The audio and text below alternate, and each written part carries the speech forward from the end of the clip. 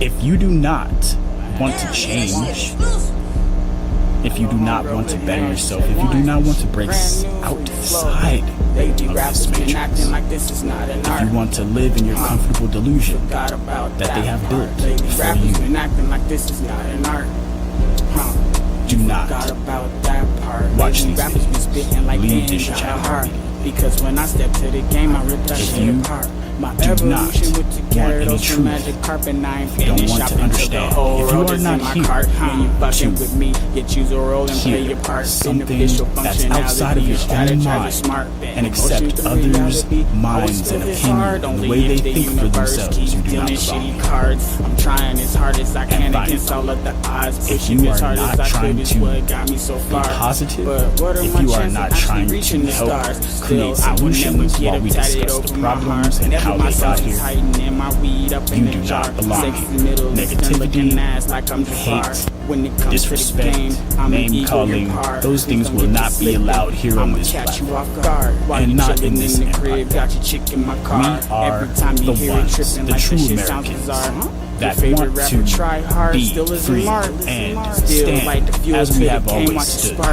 My lines burn like blunts, getting smoked in the dark. Hella cooking shit up if your ass wanna spar. Barbecue your beef up like the seats in my car. Cool yourself off refrigerator and jar. Baby rappers be not like this is not an art, it's not an art. You forgot about that part. Lady area right here. Like this is not an art. Today was a good day. You forgot about that part. Hey, you never know when we coming back. You never know when we finna end or begin. It's just one of those days, my friend. Welcome back. Welcome to the broadcast, the podcast, the broadcast. All right.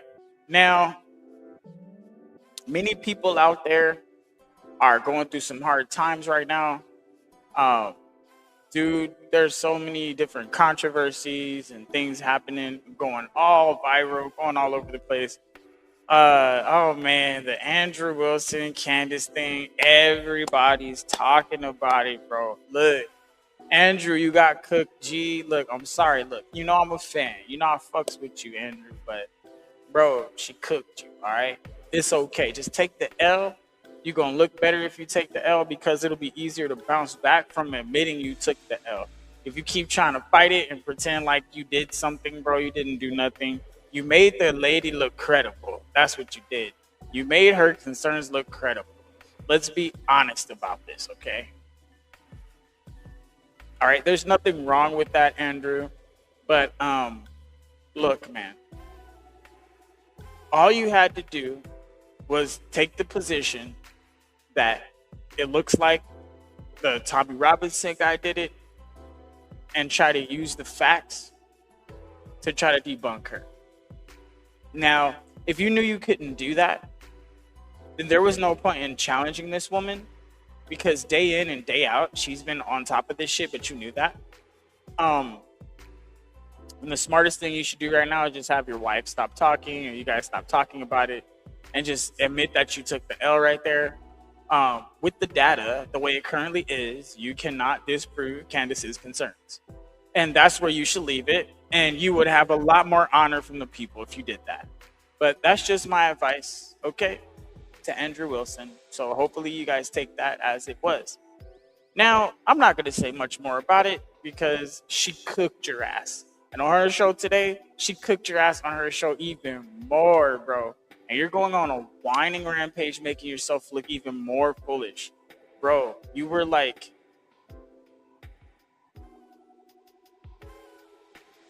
I don't want to bash on you, bro, but you did not get that, bro. Just let it go. And just be humble about it. Take the L. Stop with the foolishness and move on, bro. Move on. This is the first like real L, notoriety wise, that you could take. Candace is unmoved. Okay, that lady is a mountain right now. And you are a cool breeze that just blew around that. So, bro, let it go. And don't make a bigger deal out of it than it already is. Because you're just making yourself look really bad right now. And you should just take the L, admit it. And that will make you look a lot better. Okay? You knew you didn't have any kind of concrete evidence that could make her facts look like, or make her concerns or whatever she's bringing up, you're not making that look bad at all. You're not making it look good either. So the thing is, she was literally like watching this shit the whole time. Bro, don't do it, bro. Leave it alone. You did not win, Andrew. I'm sorry. Let that go. You can learn from this though. Okay? This is a learning opportunity. If you capitalize and take the L, bro, I'm sure you can spin that. But as long as you keep trying to act like you won, or you made her look silly or something, you didn't. You made the shit she said look credible. That's all you did, G. So I'm gonna need you to come out of Delulu land. Everybody's had you all gas lit up like, oh, you're the best, you're the best, you're the best. But you're the best at Bloodsport and making other people look funny because of these little moments where they don't know what they're talking about. But she knew what she was talking about, G. So you got to take the L on that one. I'm sorry, it didn't work. Not on her. Maybe on a different subject. Maybe you could have got her on a different subject. But she would have backed down early and said she doesn't know that much about it. And there's other people that have more information. And, she would have been back down, but you didn't, bro. So that's your problem. You're going to have to learn how to take the L.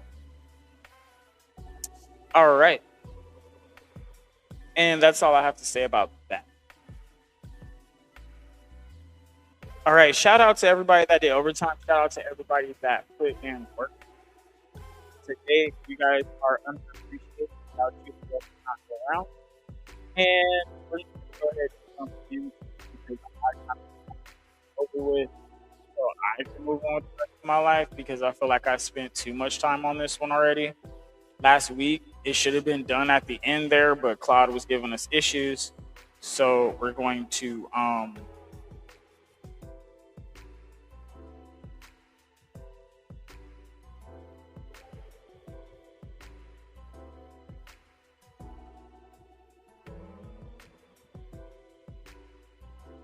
right. So this is what we did. We put together our we put together our 5 points. We went over them. We got them on paper for a rough draft, and then we went through them again. This is a lot of work. I won't lie. I'm kind of tired. And we had to go through to make sure the details from all of our different data points were in there and everything. And got to go through and proofread it.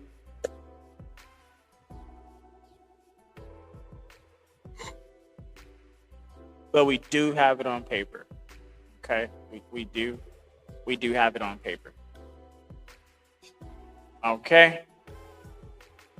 So I would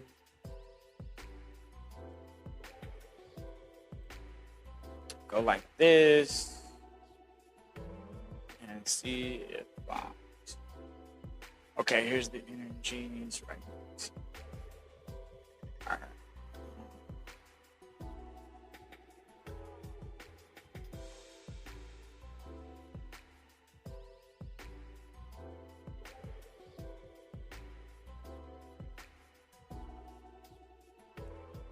All right. Okay. All right. All right.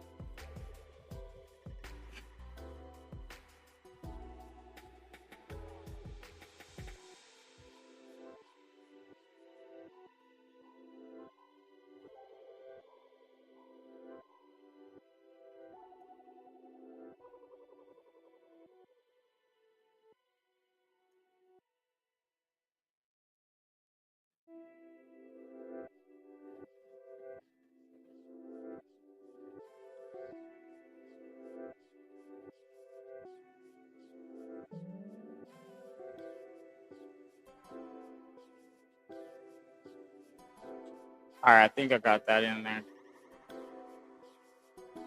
All right, and then so that's if you guys want to follow along. I did drop it in the chat. That's the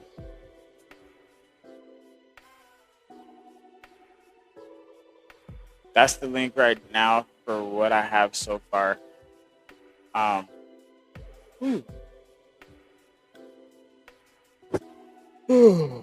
I I'm tired, guys. I'm not gonna lie. I'm tired. This actually turned out to be 9 pages. I was trying to make it smaller, but it's really hard to. Um, but yeah, this is what we ended up with.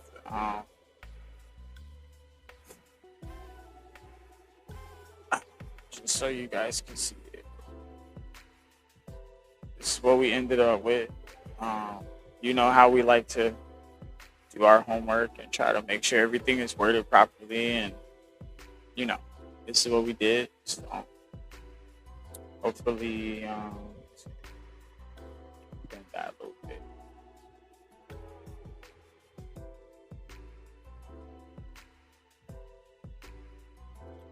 Just so you guys can see that we be doing it.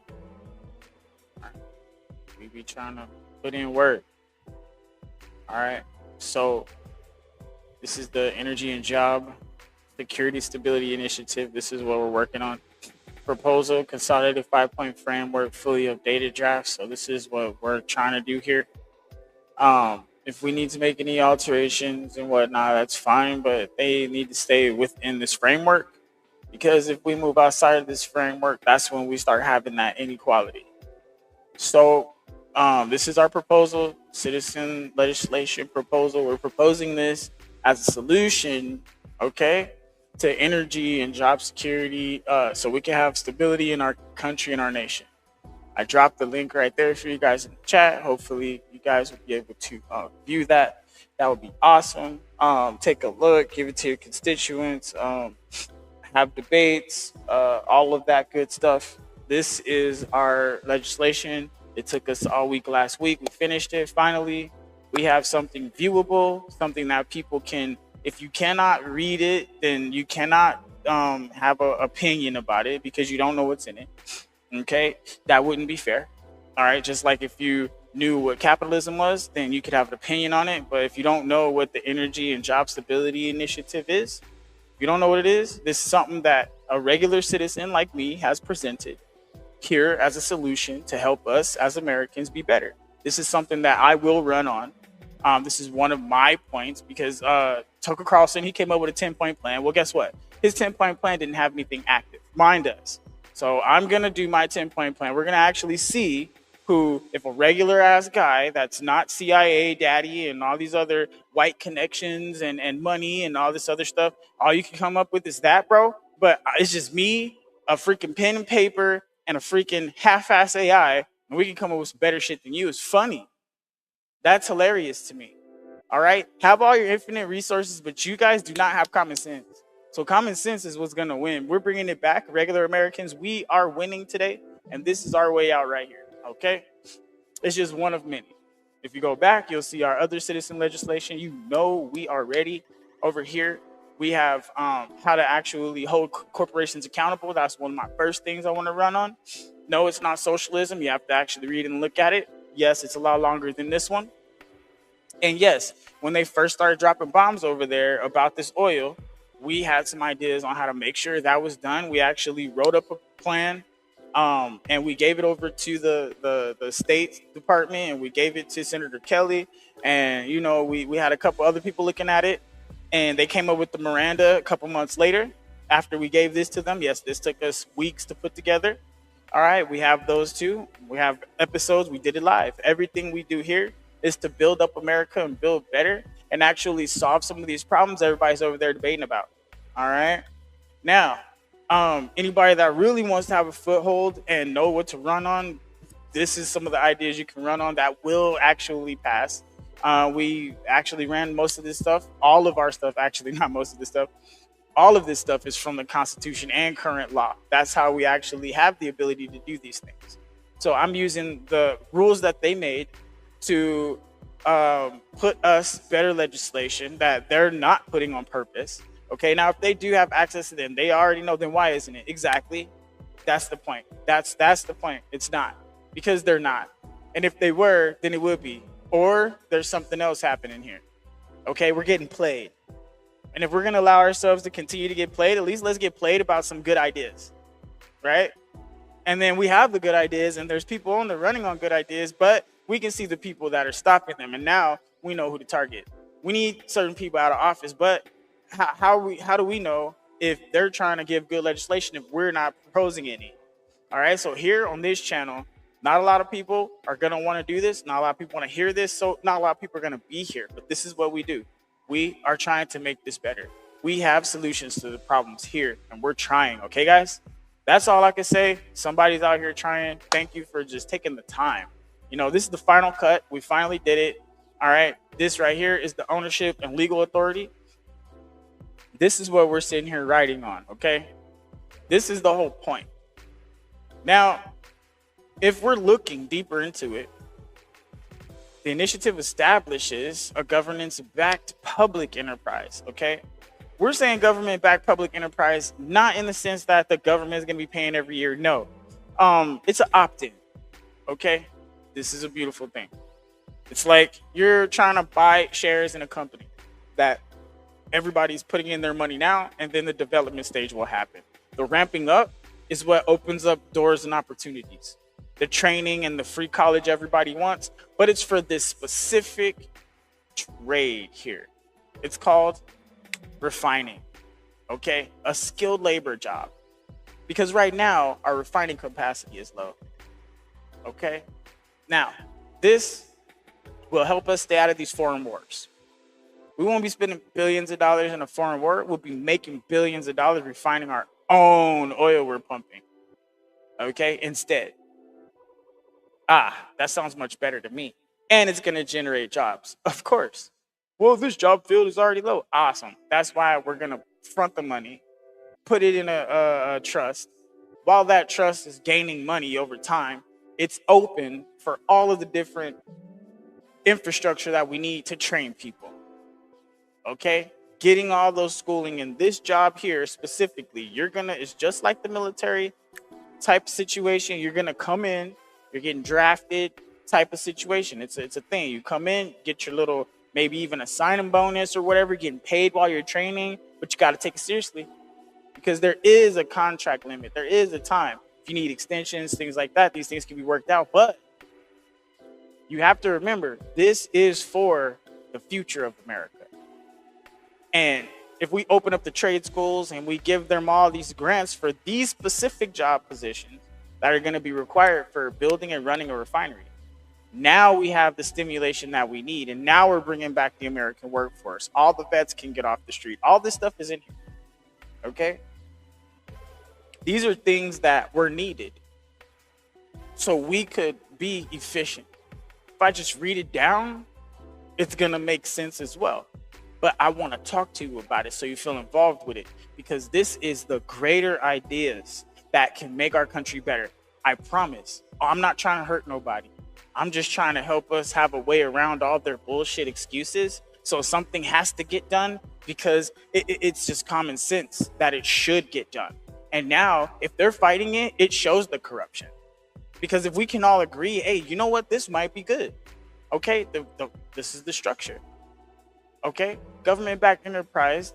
Okay, chartered by Congress, authorized construction to operate 50 new petroleum refineries within the U.S. Why? These are for what? A specific type.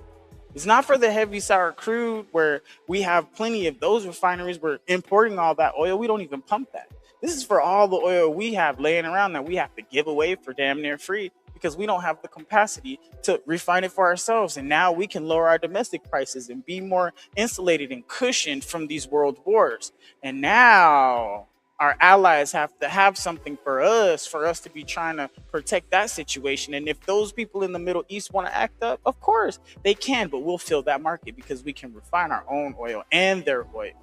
Boom. And we have jobs here. Now the Americans are back on top one more time. And by just doing one thing, it shifts the power dynamics. And then this is what scares them, because all the people that are really benefiting from this horrible situation, okay, they lose power, they lose control, and the people gain a certain amount of power back. And this is soft power because you know what? Now America doesn't have to be over there because we can handle ourselves and theirselves. And if somebody wants to act funny over there, we have that market we can step into. Oh, we got you. Oh, yeah, yeah. And we can just keep the market price. Now, instead of the Brent, you know, controlling the price, it'll be American crude controlling the price of oil. You see how we just flip the shit?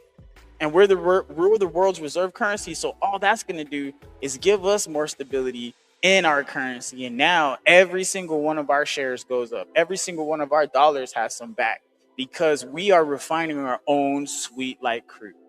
Now, that we ain't even got into it and how this works because there's so many people right now thinking this isn't going to work because of that. This isn't. We thought about that. We argued with AI for a week about this shit. Okay, so any argument from any philosophical, we did the top 50 arguments. Yes, it took a long time. Please go back and watch. It was beautiful. We kicked every single ass. You know, having a beer, smoking a cig, laughing a good laugh. Ha, ha, ha, ha, ha. It was a great time because they thought they was going to stop America from being better, but they couldn't. And now we have a solid plan on how they can't. They can't stop us. And once the people start getting a little taste of this shit, it's going to be good. All right? That's why we here. We trying to do this. All right? So we'll move forward because this is the last time I'm talking about this, and then I'm going to disappear for like a week. I might pop on here, talk a little shit, then I'm finna be looking for the next really big issue. One of the issues I was hearing is this immigration. Personally, I don't really care about immigration. If y'all let bad people up in here and they get waxed by regular Americans, hey, y'all better take the American side and let they ass loose. Because you ain't finna be out here acting out. It's just not how it's finna go down. Period. All right, so one per state, contingent on that state's voluntary opt-in. Okay. No state is compelled to participate. Refineries are converted primarily to process domestic produced light sweet crude oil with heavy sour crude retrofit capability, preserved as an adaptable construction option at any time at any site where regional feedstock economics favor it.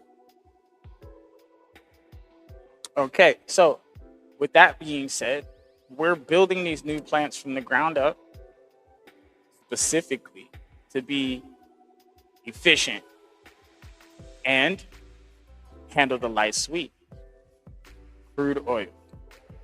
All right. Constitutional and judicial basis. The enterprise legal structure and modeled on the Tennessee Valley Authority and validated by the following precedent. Ashwater versus TVA. Tennessee Electric Power Co. versus TVA. Thacker versus TVA. Helverin versus Davis. McCulloch versus Maryland. Okay. Capital Pool. This is the capital pool right here. Capital of 750 billion will be established, structured based upon evaluation per state. 50 states, 5, that's 15 billion each. Okay, states own contribution, federal contribution or combination. See how that go? Capital and refinery. All right. Where states decline to fully capitalize this slot, that slot may be filled by federal government or both, or where both decline, open private capital under identical terms. Revenue structure and proportional ownership term. All revenue is measured as total entity revenue. Gross revenue recognized at prevailing open market rate for all products sold. Before deduction, this market rate cap definition closes any related party transfer pricing mechanism which revenue could be understated. So that means everything that comes in, no matter what, is called total entity revenue. Period. Okay? A max or minimum, very bottom tier, a minimum of 75% retained operating reserve. Okay? Floor is guaranteed at every site. 75% of TER, that is total entity revenue, is retained for operating cost, payroll, standard tax obligations, and compliance costs before capital is distributed. Period.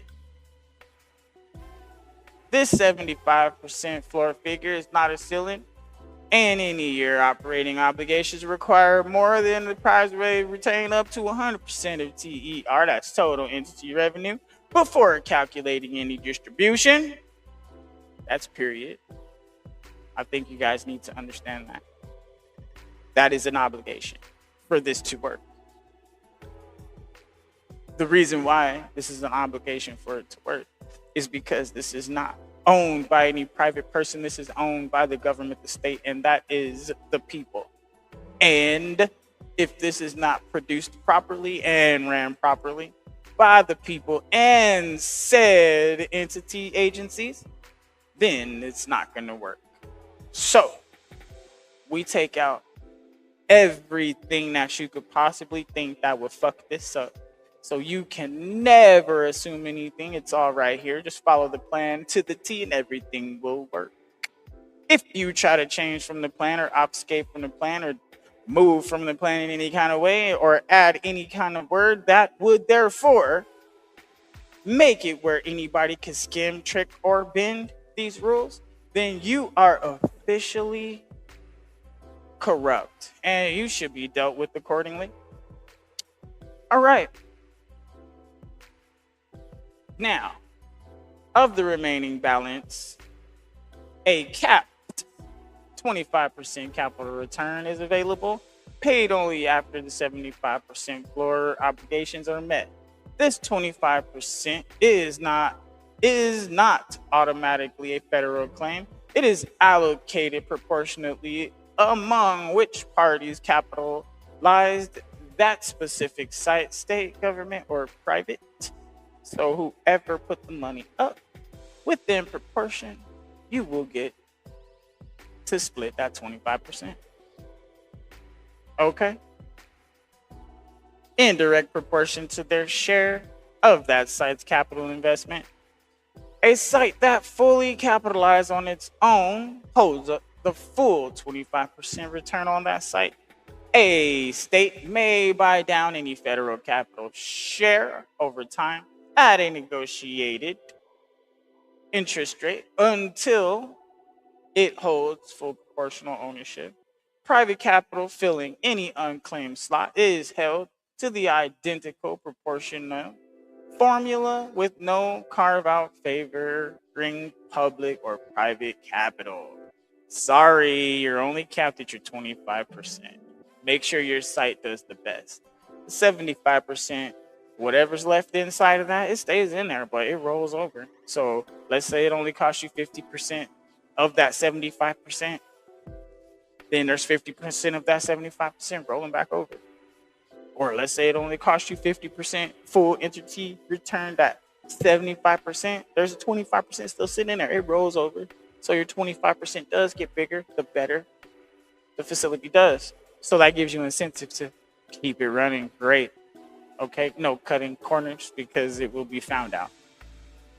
Okay, so just leave that in there. Now that we got past this part, we're getting to the trust and governance. This is one of the key ways that it works. If any of this is moved or removed, it won't work. See, a lot of people would want to try to change a word here and there, and then, oh, we have this thing, and then as soon as they change one word, bam, the whole thing falls apart. And now they can just pick at it, and steal all the money. So what we do, we locked up all the holes here. All right, trust and governance. Just for all the people that came in, this is how we're going to do our energy stability and our job security, okay?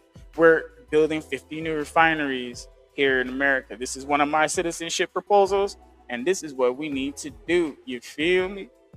Shout out to Craig. Shout out to Craig. You already know. Go ahead, click that link right there, and that's what we're looking at right now. You can spread the word, let people know. We coming up with ideas that's gonna help America, and we need to stop fighting about skin color, cause that ain't getting us nowhere. But we can get some jobs though. type shit. All right, moving on along here. Public trust structure. All right, all capital revenue and reserves are held in a public trust, not a general trust account subject to ordinary appropriation politics. No, funding to individual sites is a milestone gated.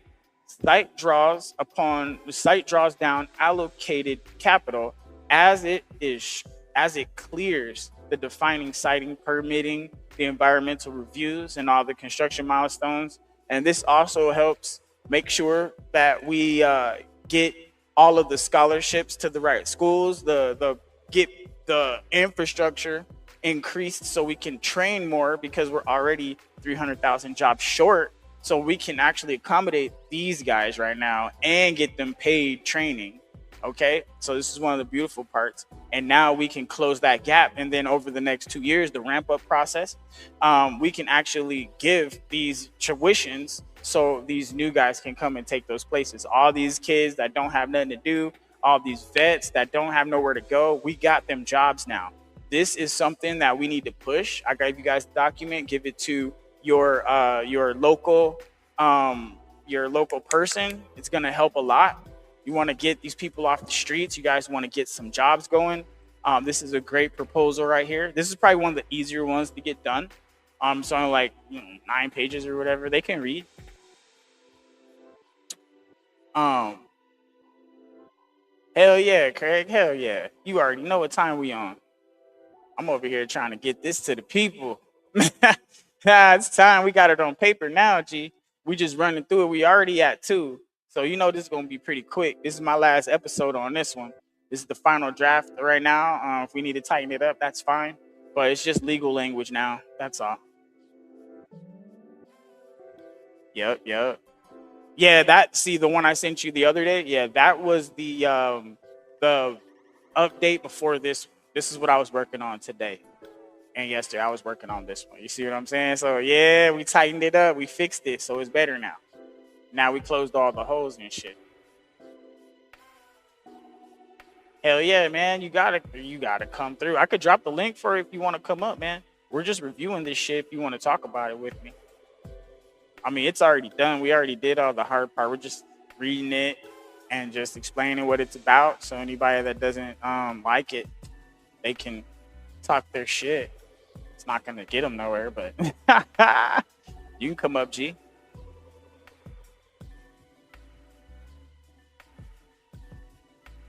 Well, I mean, like, this is a framework. Yeah. Because you gotta think about it this way. The U.S. is the only place that has the governance and the actual space to do something like this. You feel me? If there was better, like, let's say Venezuela starts acting right. Yeah, with America's help, they might be able to like swing a couple sites and shit like that. But I mean, like, they're already doing that, right? So, yeah, like for the UK, that shit, you guys ain't got no space, G. You guys couldn't do much. So that's one of the things holding y'all back over there. But yeah, you can hit that panel. I'm just reading through this shit right now, so we can get the clicking clacking. Yo, what up, G? Hello, brother. How you doing? Shit, you know me, just trying to save the world. Well, at the moment, that document, even you admit it, that documentation you sent me the other day, it was only meant for the US. It doesn't apply to the UK. Yeah, it couldn't. You guys don't have any space or the governance for it. We do have space. It's just a fact I mean, it's being if taken you up knew by fucking certain kind of religion.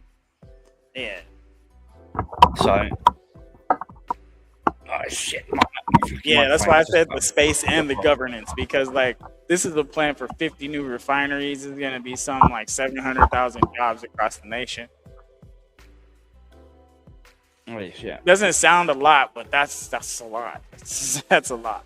Well, you know what's going on in where I live anyway, dude. It's one of the reasons I want to get the fuck out of the UK and move to the United States. Because I love your country and it's so fucking beautiful.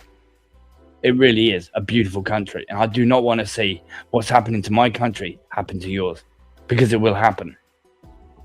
Me neither. That's why we're coming up with this plan right now, so everybody can spread the fuck Yeah, out. but even with fucking Jack Talcott's idea and stuff like, and your ideas and shit like that, it's not going to work because the government don't give a flying fuck about any of you. Well, I mean, that's why I have to talk to the people and not the government. And I have to give the people something that they can wave in their officials' faces. And then the officials can't deny it. This is the only thing we can do.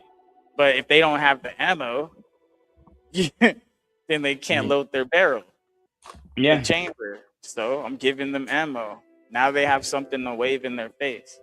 They can print this out on paper. They can get signatures.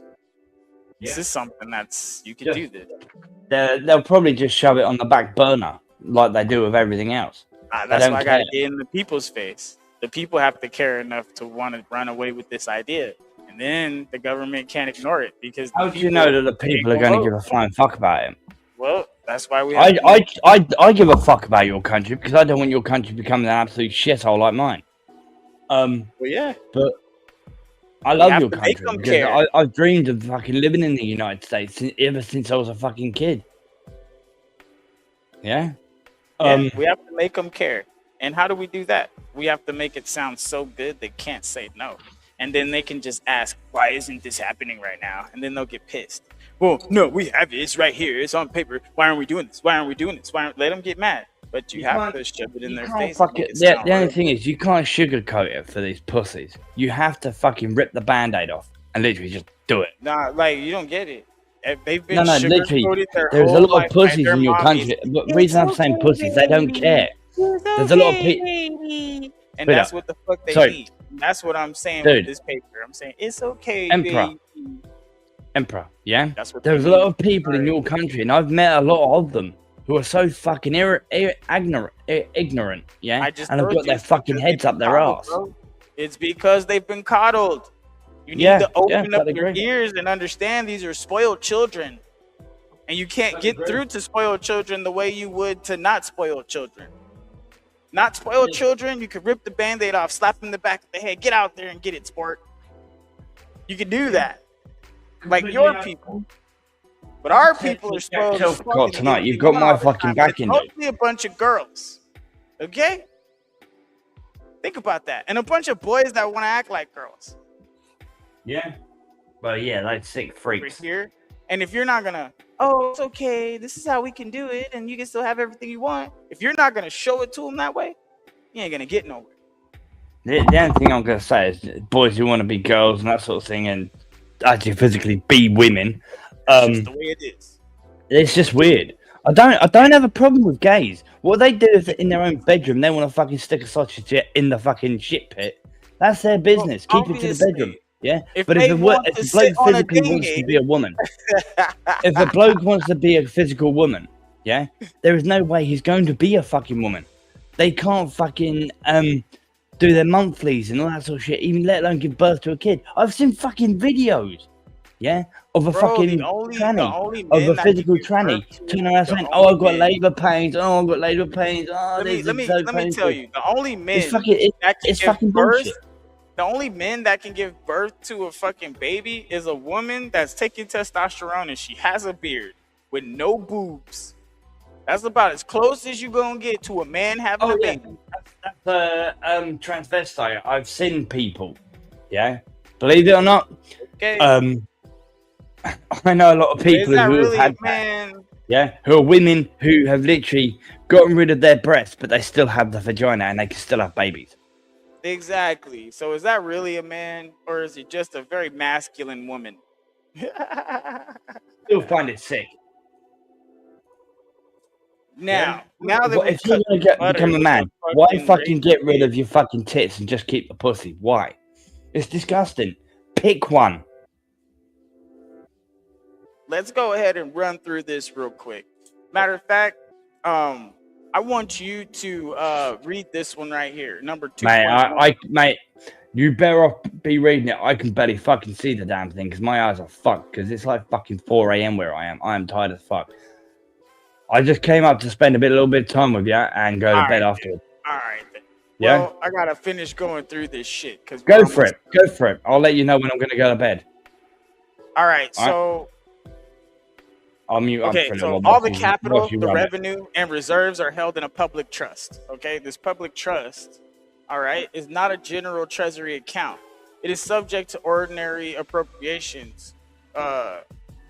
It's not a general treasury account subject to ordinary appropriation politics. So they can't just turn it off.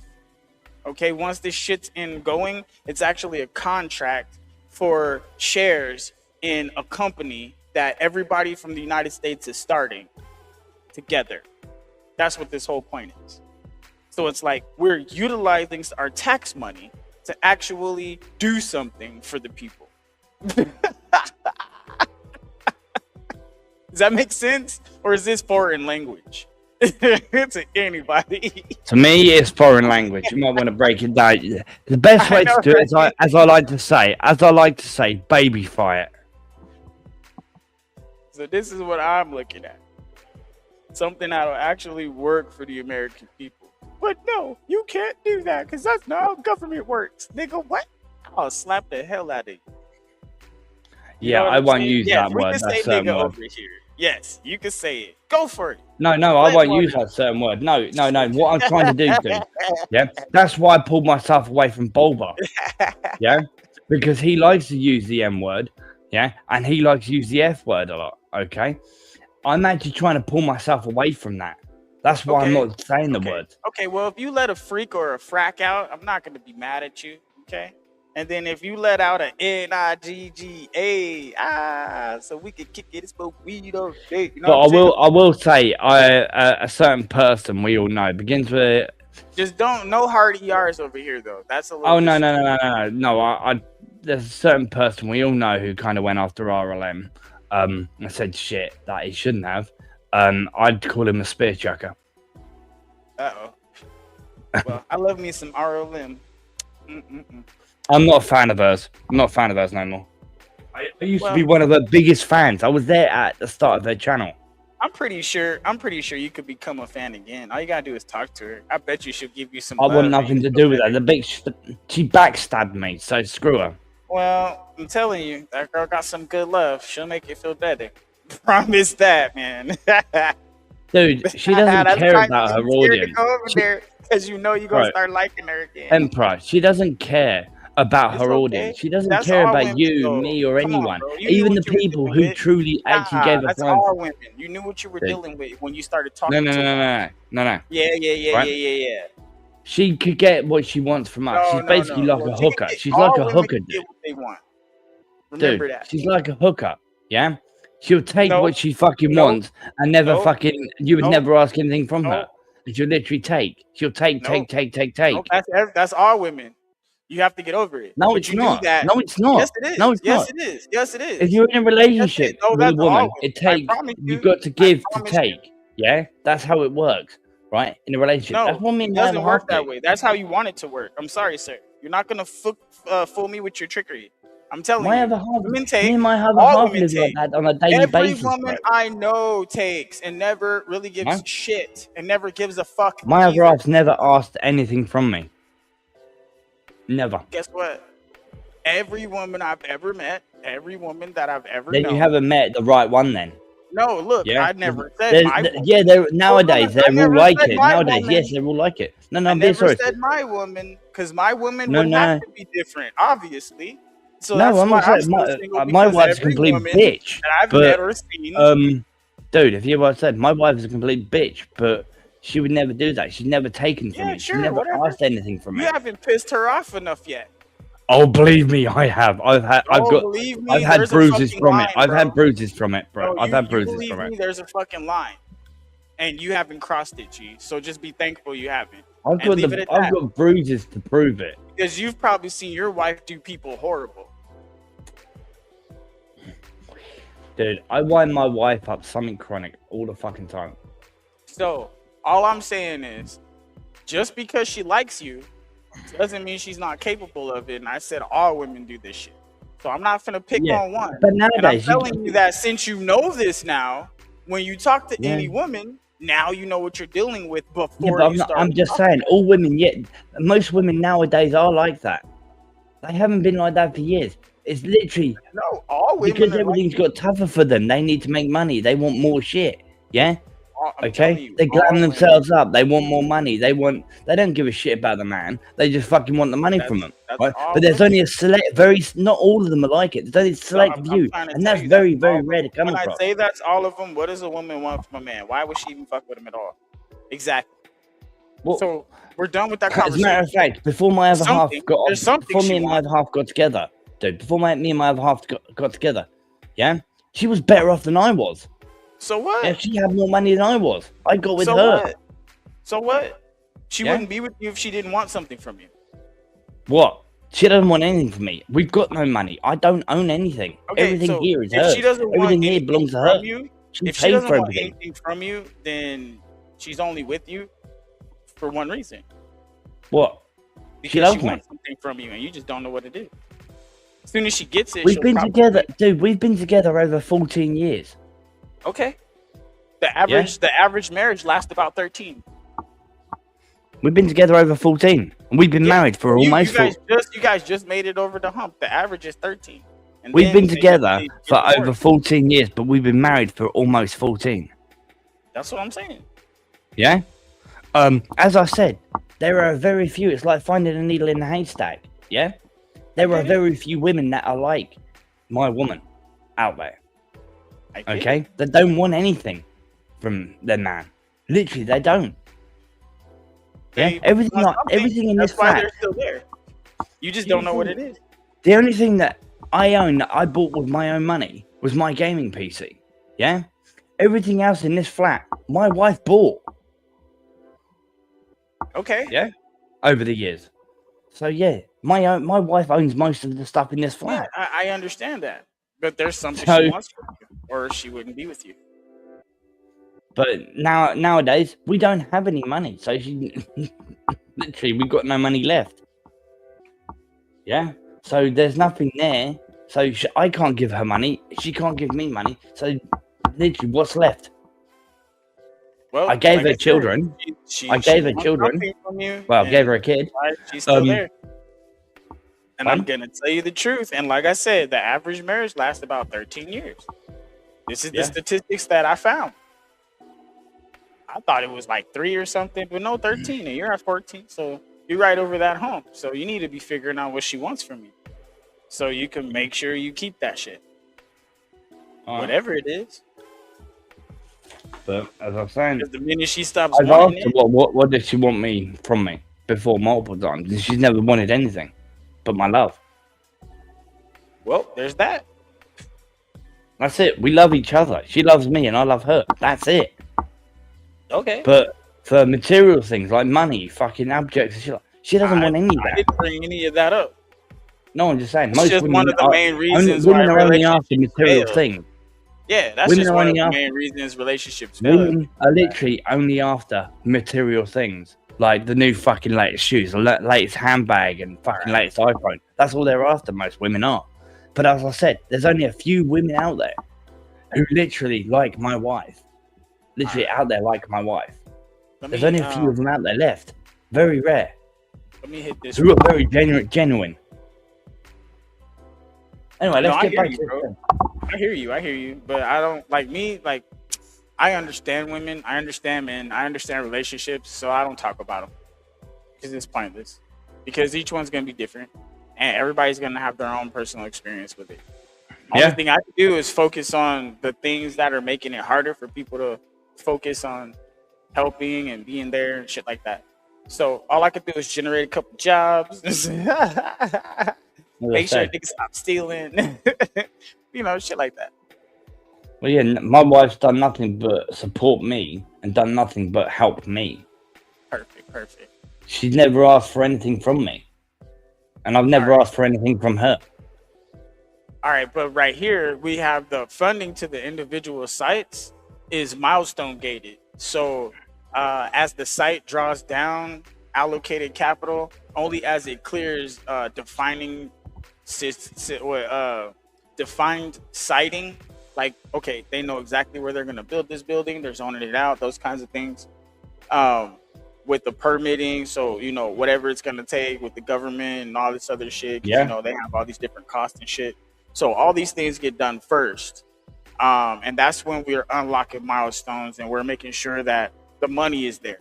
Because if the money is pre-allocated before everything gets figured out and budgeted, then it's like the money just disappears in large chunks, and we don't want that. So everything has to actually get charged on the actual, you know, bank account card type of situation, or else it doesn't count. So none of this wish-washy hiding shit. It's going to be a collective effort to get this going.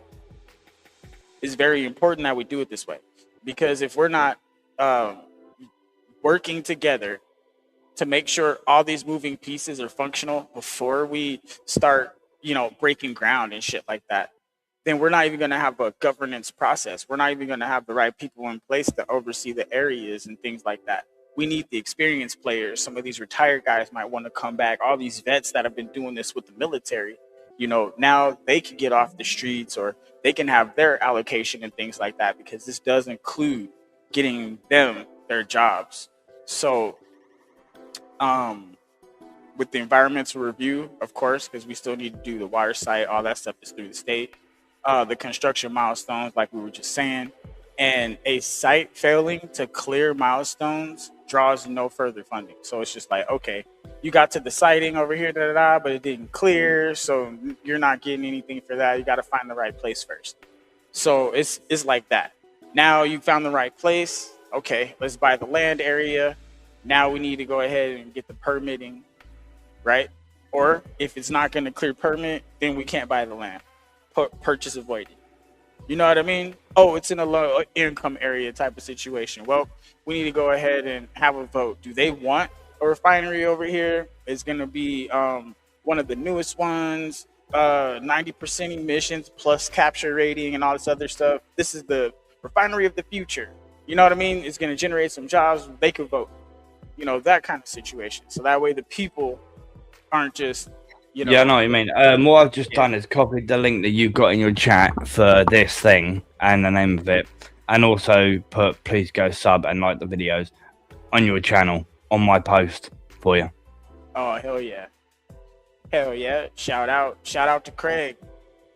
We over here trying to change the world, y'all, starting with America. But hey, you know what's so cool about this? America's one of the only, and I mean the only best countries in the world left.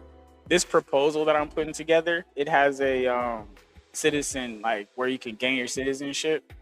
It has a program so you can get in there. I'm gonna lap that up, but the problem is money and passports. Oh well, here's the thing.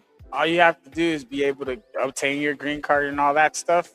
And the cool part is, this is paid training. So you're going to get paid while you're getting trained. Mm-hmm. Yeah, but it's actually getting a passport to come over to the US. Well, as and long as you pass you know how much checks and stuff, dude. Dude, hey, look, dude, hey, getting a passport in the UK right. Hold on. Getting a passport in the UK right now is nearly £200, and I can't even afford to put fucking food on the table, dude. So how do you expect me to get a passport to come to the United States? Because you can fast for like 3 days. You'll be all right. Yeah, fast for 3 days, but I get paid monthly, and after I get £630 a month, literally most of my money goes on bills, and I'm left with 10 quid a month to live off of, and that's for 2 people, and I have to go to fucking food banks every single week. Here you are, okay? This is what I get from the food bank once a week for 2 people. Literally is nothing, next to nothing. Okay, well, look, I'm not into the whole complaints and shit like that. No, I'm not complaining. I'm just saying. I'm just proving to you. How am I going to get a passport to get over to you? Want to listen? I don't think you really give a fuck. And if you really do, you would take some advice. And if I wanted to fix Britain, there's two things I would do right now, and that would be easy.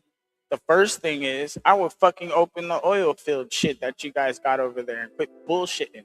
And then I would get that Navy repair. And I would didn't get realize we had oil I'd fields over recruiting here. motherfuckers, and I get our fucking army together, and I get ready to get rid of all these muzzies. That's what the fuck I'd do. Touche to that one. But yeah, honestly, I didn't even know we had oil fields. No, seriously, Emp. I didn't even know we had oil fields over here. Yeah, now go ahead, crack them bitches open, and then what you're gonna do is you guys are gonna be sufficient again, and you guys are gonna fucking rebuild your navy and become the kings of the fucking water. And stop bullshitting and get back into the fight having Israel's back, motherfuckers. I already had this argument with my friend of mine yesterday, well, late last night, yeah? About what's going on, because he was in the army. Because it's not that far. I just got to go through it fast. So talk to me about what's on the page. I need some help from you so I can go through this. Well, as I said, I can't even barely fucking see it. It's fucking... All right, so the shit that's coming out of my mouth, you can ask me questions about it or talk shit on what I'm saying. Okay? Read it, and I'll ask questions. Just fucking blow this shit out the water real quick. Now, a site failing clear milestones draws no further funding. Surplus from higher performing sites rolls over within the trust rather than reverting or relapsing. Okay? So the trust is always going to stay there. The trust is always going to be there. That's where the money is stored. And while we're building up, and it's only going to cost us because it's going to be, okay, so 50 states, okay? 15 billion each. That way it's spread across all the states. You see what I mean? Now, any state that doesn't have the money all the way can borrow from the federal government, and they can do a split stock share on it. Okay, 25% of that, as long as the facility is running, everything is fine. We went over that shit in the first part. It's right here. It says this 75% figure is a floor, not a ceiling.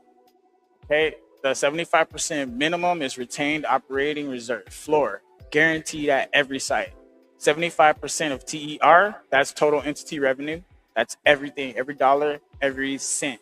It's all counted as this total entity revenue, TER, right? For standard tax obligations. Because most of the money that these kinds of things, it goes and it's extracted, from the private sector. They just take it, never gets taxed. So 75% of this, at least, is always going to get taxed.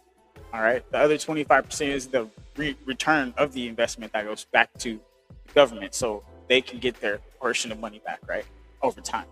Now, the better the refinery does, the more money is in your total entity revenue, the more your 25% is. And all the extra money rolls back over into the trust, and the trust is there as if, let's say something crashes or some kind of thing, there's money that can come because the trust is there. Everybody already put their money. See what I'm saying? The money's just making money. Does that make sense? Yeah. That's why I haven't popped up yet. Never owe. And we always just have money coming out. It's just bleeding money.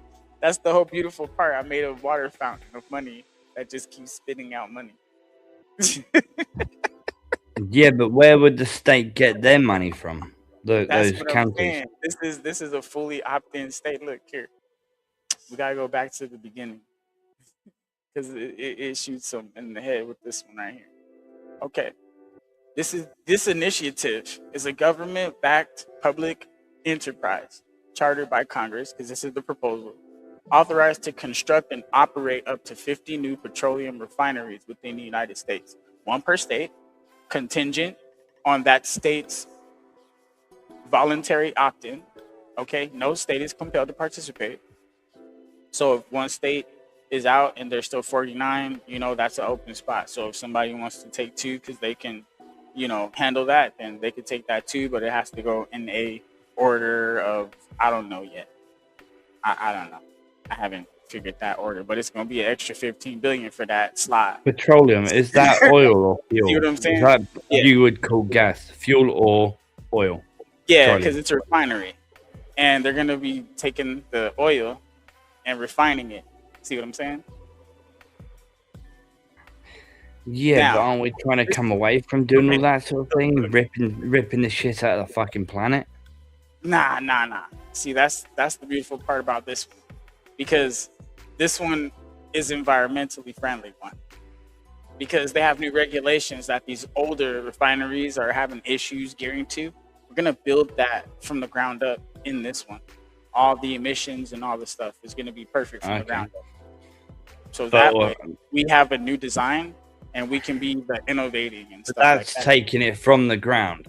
But what about when you put it into machines where it's burning the oil and all the fumes are getting into the atmosphere? Yeah, that's why we're using the new designs that are out there right now that are up to that environmental code. Okay. 90% emissions plus capture for carbon. Okay. Oh, sorry. Yeah, we're building it from the ground up that way. That's why it's going to be the 15 billion. But as long as we stick to the American made, we can probably cut that maybe in half. But yeah, but mostly because a lot of countries like to cheap out on that shit and get it from abroad.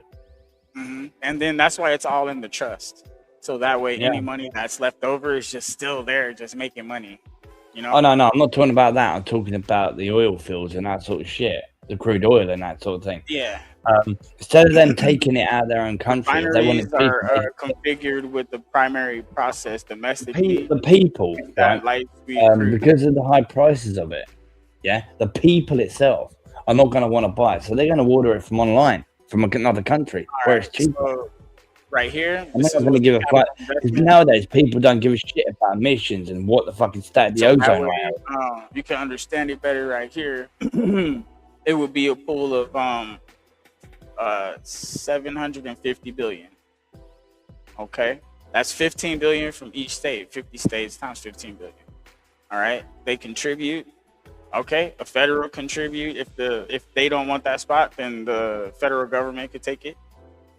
You know what I mean? And then if the federal government or the state doesn't want that spot, then private investors could be able to have. How much is your normal standard crude oil? A gallon of it. How much is it in your country right now? A gallon of crude oil. How much is it as it is? Last time I checked, it was like 70 and 80. It was somewhere around there. There you go. People are not going to want to pay that. You don't understand. You don't understand. You're saying this heavy sour crude shit. I'm not talking about that. We're not. We're already refining that fucking imported bullshit. I'm sitting here saying we need to refine our domestically produced light sweet crude oil. We're not refining that. Okay, so I'm bringing you into some knowledge. All right. So I'm saying we need to start refining our own shit, so we don't have to rely on other people's shit. That's what I'm saying. That's the reason I said what I said is for your standard one that's coming from your own wells, from your own machines. Yeah, we're not processing our own shit. We're giving it away for nothing. You just said it was like $80. Okay. No. It's way cheaper than that. It's way cheaper. Okay. But I was just asking. My specific question to you was. I'm trying to explain it. Because I know. I'm just saying. My specific question was, how much was your crude oil in your country? Not being imported from the outside, but in the country. Yeah. All right. That's what I asked. Inside of our own country, we are exporting our own oil instead of refining it. I want this right here to be the proposed bill for us to start refining our own oil. Why? So we can stay out of those wars. And so we can have control over our own stock. So we as Americans can have jobs and stability here. And we can buy American made. And we can produce American made. And this will incentivize. And right now, there's a lack of work. And right now, there's a lack of school. And I just gave a whole range of scholarships too. And I just gave a whole ramp up for our whole blue collar work. And you know what just happened? I just put food on the tables of millions of people in America. And they're only Americans that are going to get it. None of these weirdos being pretend foreign guys. Get out of here. If you really love America, you'll be able to earn that spot, but you're going to have to prove it. All right? So it's that kind of shit. And you know what? For the vets, they're on this too. That's why it's in the That's why we have the trust structure here. All right. So that way it rolls forward within the trust. So the governance model, trust governance, follows the Social Security Board of Trustees model. Staggered, okay? Multi-member independent board structure.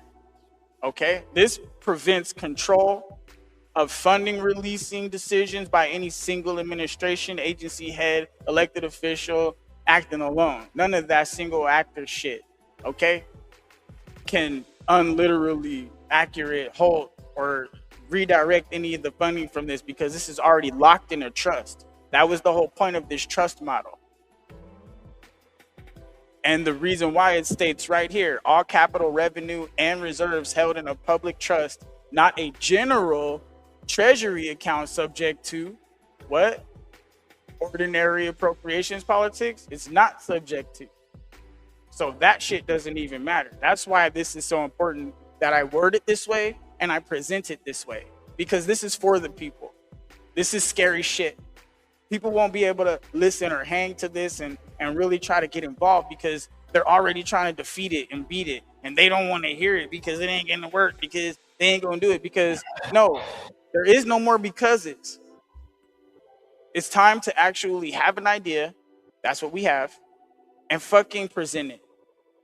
Basically, what you're saying is basically people need to shut the fuck up, open their ears, and pull their heads out of their fucking ass and actually listen to actually what's going on. Exactly. That could help them. That's why we have to make sure this is arm's reach away from everybody. Okay? Now, custody of trust corpus. Okay? The trust corpus is held at the custody of the U.S. Department of Treasury and invested in special suit governance securities mirroring custodial model used for the Social Security old age and survivors insurance disability insurance trust funds. So now we can put them into something that can reoccur this money, right? And those stocks will go up in certain things, and appropriations will be available for certain other things, but it's in the same sense because it's only for our program, but it's modeled and actually secured by these programs right here that we already have in place. So we can just make a new line across, their system, boom, and it's just for this one. And it goes through the same processes. So all we're doing is just adding another, you know what I mean? Add another thing in the list. That's it. I'm listening. So, I'm gonna give it another 5 minutes before I go to bed, dude, because I'm so fucking tired. Yeah, hell yeah. Thanks for coming for sure, though. No, I'm staying for another 5 minutes. Then I'm going to bed. We gotta be able to really want to listen as well too. So, the corpus is not held as a standalone freestanding account outside of standard federal custody and infraction. So this is a part of our government still in there, and they're just making sure that everything is working. They can't just take it and do what they want with it. They have to. Why don't you go into office? Why don't you try and get into office? Not talking to the office. It's not time yet. It's not time yet. I have to build my 10-point plan. Tucker Carlson had a 10-point plan, and I have 3. Why don't you try and become mayor of the fucking country? Sorry, the president. Oh, don't worry. It's not my time yet. Don't worry. I'm on my way. Well, but then hurry the fuck up and get in fucking office then, bitch. Give me just wait till maybe 2032. How about that? Give me 4 years. I just want to see what happens in this shitstorm. 4 years. Then they'll be desperate. Okay, 4 years. No, it's 4 years. It's 20. No, 30. Not you're talking about 6 years. Nah. 4 years. I want to see more longer dreads on you. That's what I want to see. Well, we'll see how long they can get, right? I've shown my face a couple of times on my channel if people really want to see. No, I know what you look like. I've been on camera before with you on Gospel of Bob's. Yep. I've been on camera. You know what I look like. I used to show my face all the time. And don't bother me if you do or not. You only get to see my mouth talk.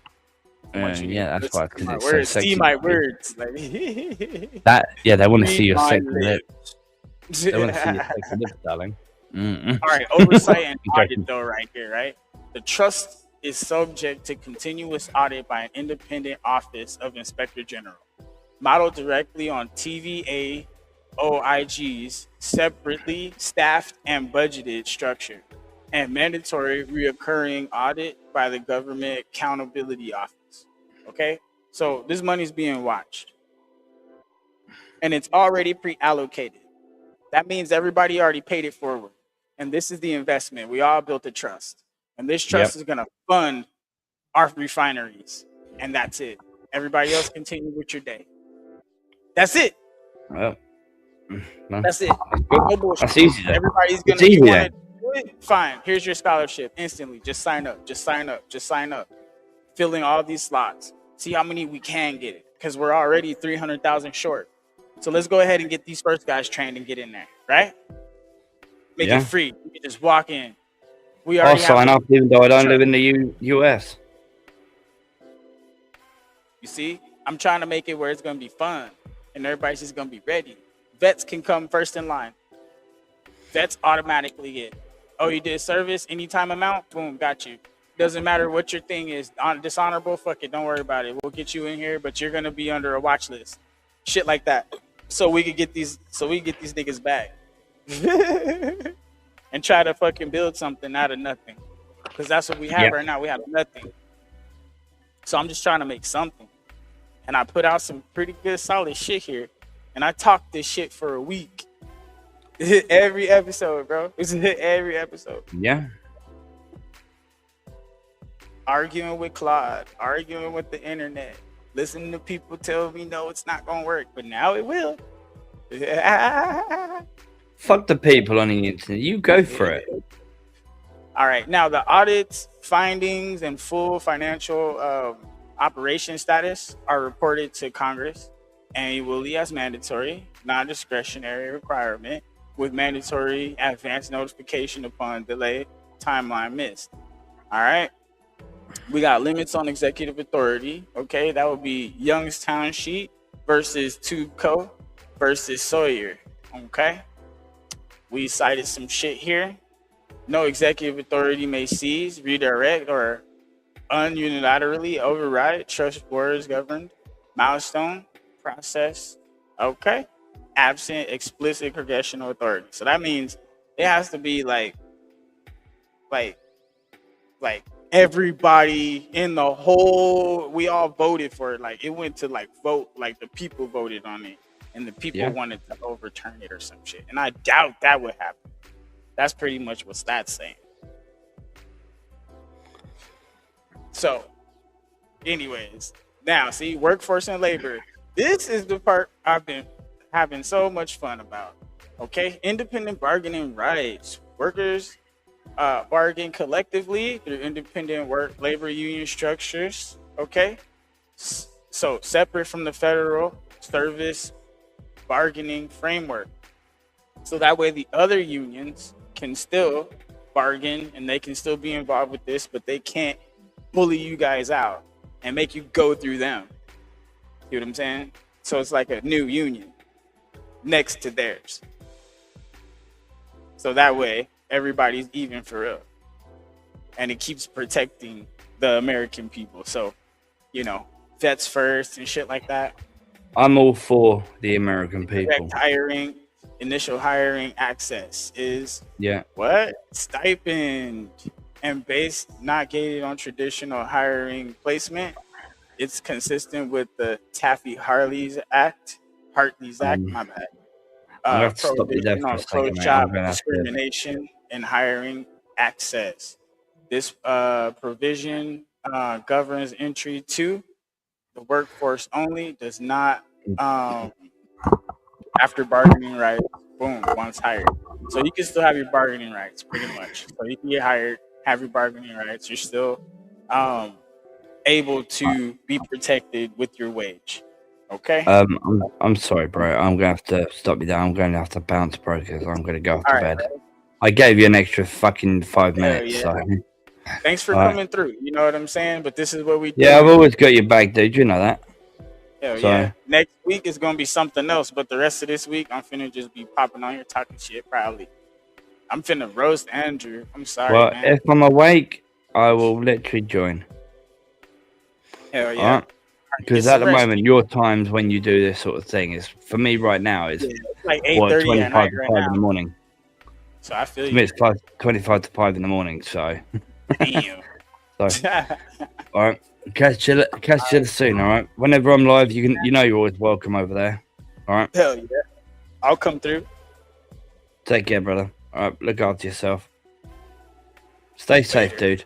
Salute, Stay man. safe. And anyone watching in the United States, definitely please fucking stay safe out there. This world's going to shit as it is. Yeah, man. Please stay safe. Take care. I thought I just shit myself then.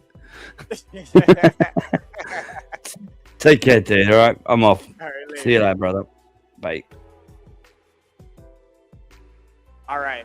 So here's something beautiful about this one. All right, veterans preference. A standard veterans preference modeled on the selection criteria approach of 5 USC 2108 applies a tiebreaker with the open hiring system. Okay, without converting the process to a gatekeeping system. So this is basically, so if there is a regular person and a vet, the vet's going to get the job first. Automatically. Why? Because that's a vet. Boom. You get it. It is what it is. You're vetted. They're like, that's what that is. So, you know, that could get us in the door. But next one, adaptive training pipeline. An adaptive training pipeline funded approximately 10 billion. Okay. It could be more if needed. This is what's going to actually help give those scholarships. People wanted free school, and we can get free school for these trained labor jobs. We're talking about the skilled labor for refineries, because this proposal is to build 50 brand new state-of-the-art refineries that are 90% carbon capture from ground up, and all of the ramp up is right here allocated, so we can actually get people trained, get the right jobs, get all the systems together, and utilize the current infrastructure to the maximum capacity and help build it, so we can actually have sustainable jobs and energy for the future. So this is something that's pretty heavy, complex. I don't blame anybody, you know, if this is a lot and boring. So thank you for being here. We do appreciate it. Now, the adaptive training pipeline is very specific and it's very needed, because without it, we're not going to be able to ramp up and have that ramp up process that actually gets people qualified and trained and have a goal that's going to be aimed at. So that way we can fill the gap that's in the industry now and have experience. So when it's time to open up more schools, have more infrastructure, by that time, you know, building processes are going to be specific.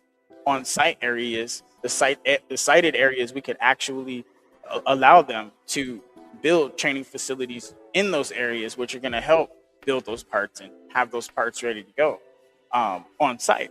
And that way we can do on-site training and develop the site at the same time. So these are things that are all applicable for the situation.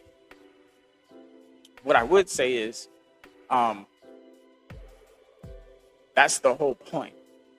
An adaptive training pipeline funded approximately at 10 billion buildings, because this is going to build the new skilled trade capacity.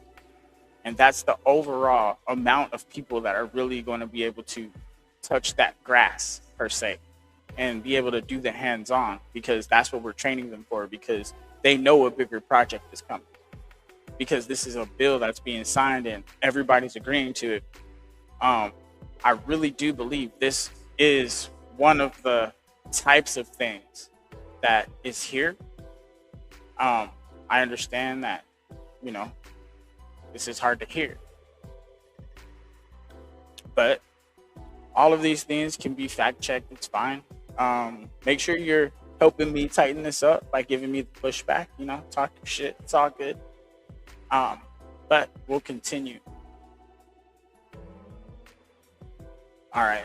So electricians, pipe fitters, welders, and related trades. Okay. So this is the capacity that we need to expand. And now this is going to open up the door to make it free for you to go full training, paid training. And this is that. That's what this is for. Okay. Now, this is going to help expand that infrastructure as well. And fill that gap that's there. Because we have that gap, remember?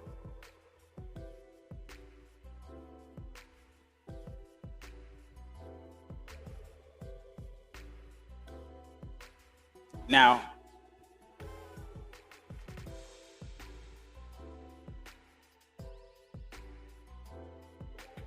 stipend hiring allows entrants to be paid while training.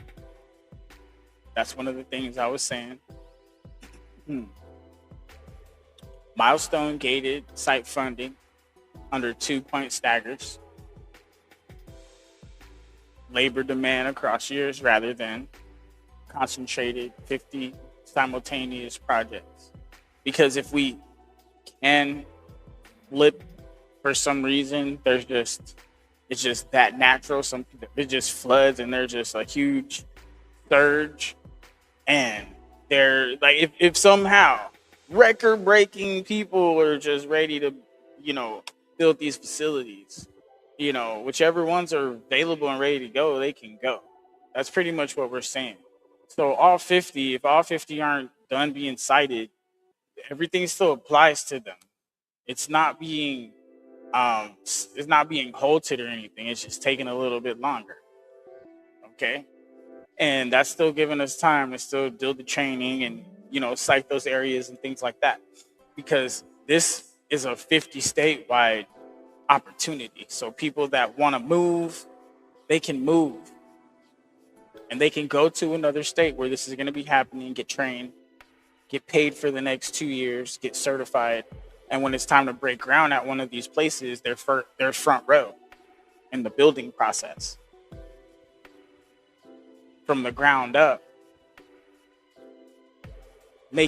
being a part of legacies, because it's 50 spots. And we have 50 states, and that includes Alaska. So these are things we can do. All we have to do is have a plan, and this is the plan. And now the regular person that wants to come and say, hey, look, yeah, I want to take a federal loan and take the risk on one of these plants. I know exactly where I want to build one. If any of those slots are available at the end of that, that's the private citizen part. And the government, they would have the full run of that 15 billion. It's only 15 billion. Trust me, that's a spot. Front row and center. But you got to play by the stewardship rules. No cutting corners. 75% of it is already retained. And everything's already held to the same standard as the others. And all the extra money from the 75 is going back into the trust. So that 25% is yours, as long as everything is maintained. So we got to keep these things in order. That's the beautiful part about this. I really like it. So we built this up. It's looking good now. All right, we did it, guys. This is it. All right, let's see. So it's a finite demand, and the skill goal is supposed to be one per. My bad. Let me get my head back. So it's supposed to be one per state, but not every state can have a refinery. Okay, and that's just the way the geography runs. So they actually own that refinery, and it can be one of the appropriated states, and the proceeds are the same way. So the 50 sites have to be chosen. That is something that is mandatory, because if we don't have the 50 site goal, the whole thing doesn't work.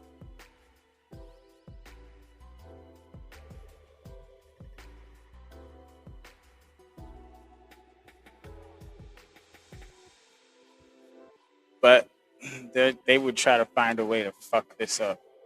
I know they would. They would try to find a way to fuck this up. We can't do shit. We can't do shit. Y'all right. Y'all are absolutely right, man. We can't do shit. We can't have nothing.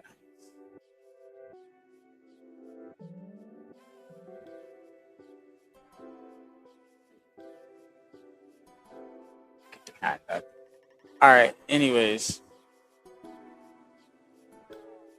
All right. If the pipeline falls behind a groundbreaking pace, the enterprise may redirect existing training budget. No new spending, no new congressional approval. So it's basically, if we need to go ahead and train more people, we can go ahead and allocate more of the funds to training, especially for this site in this area.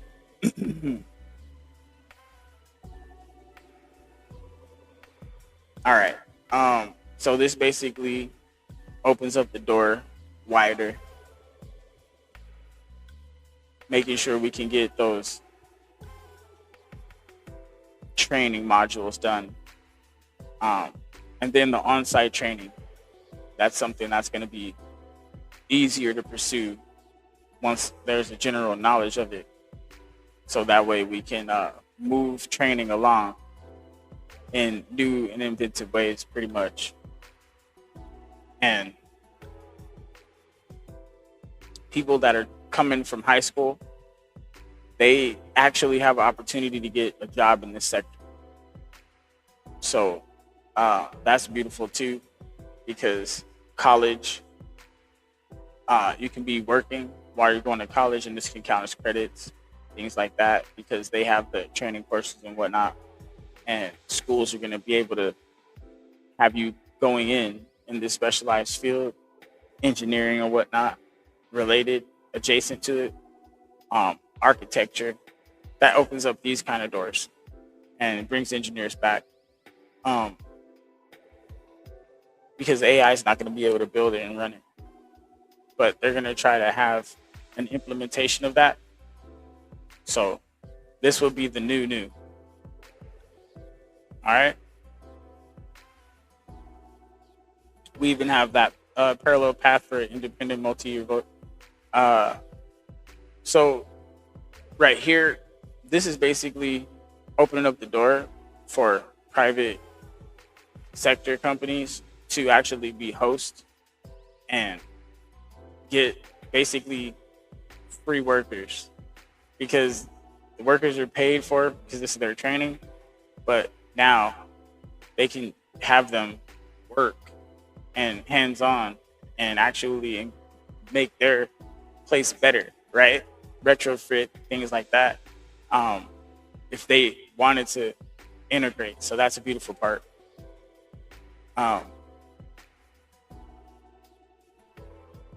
It's a way for everybody to work together. So it's like paid crews are coming to learn how to take care and build a refinery by working on your refinery. If you are basically in the private sector owning a refinery, and if you wanted to retrofit your refinery for American Sweet Crude, you could, because they would be learning the training to do that. So they could actually practice doing it on your facility, if that makes sense.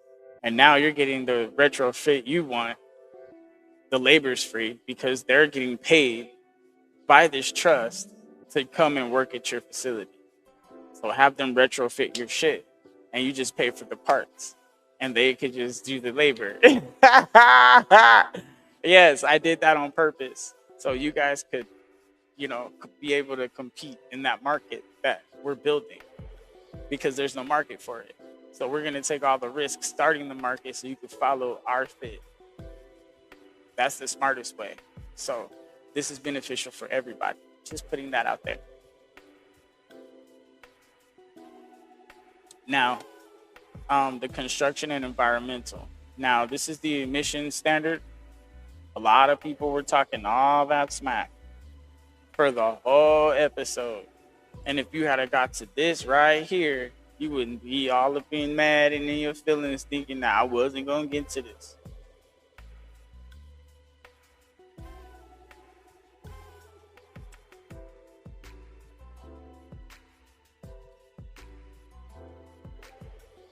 Y'all didn't know I was going to get to this part, huh? Yup. Looking dumb now, huh? Looking dumb now, huh? Looking dumb now, huh? Looking dumb now, huh? Looking dumb now, huh? What, because y'all thought I didn't think about it? Looking dumb now, huh? You looking dumb now, huh? Yeah. Yeah, go and sit down somewhere, little man.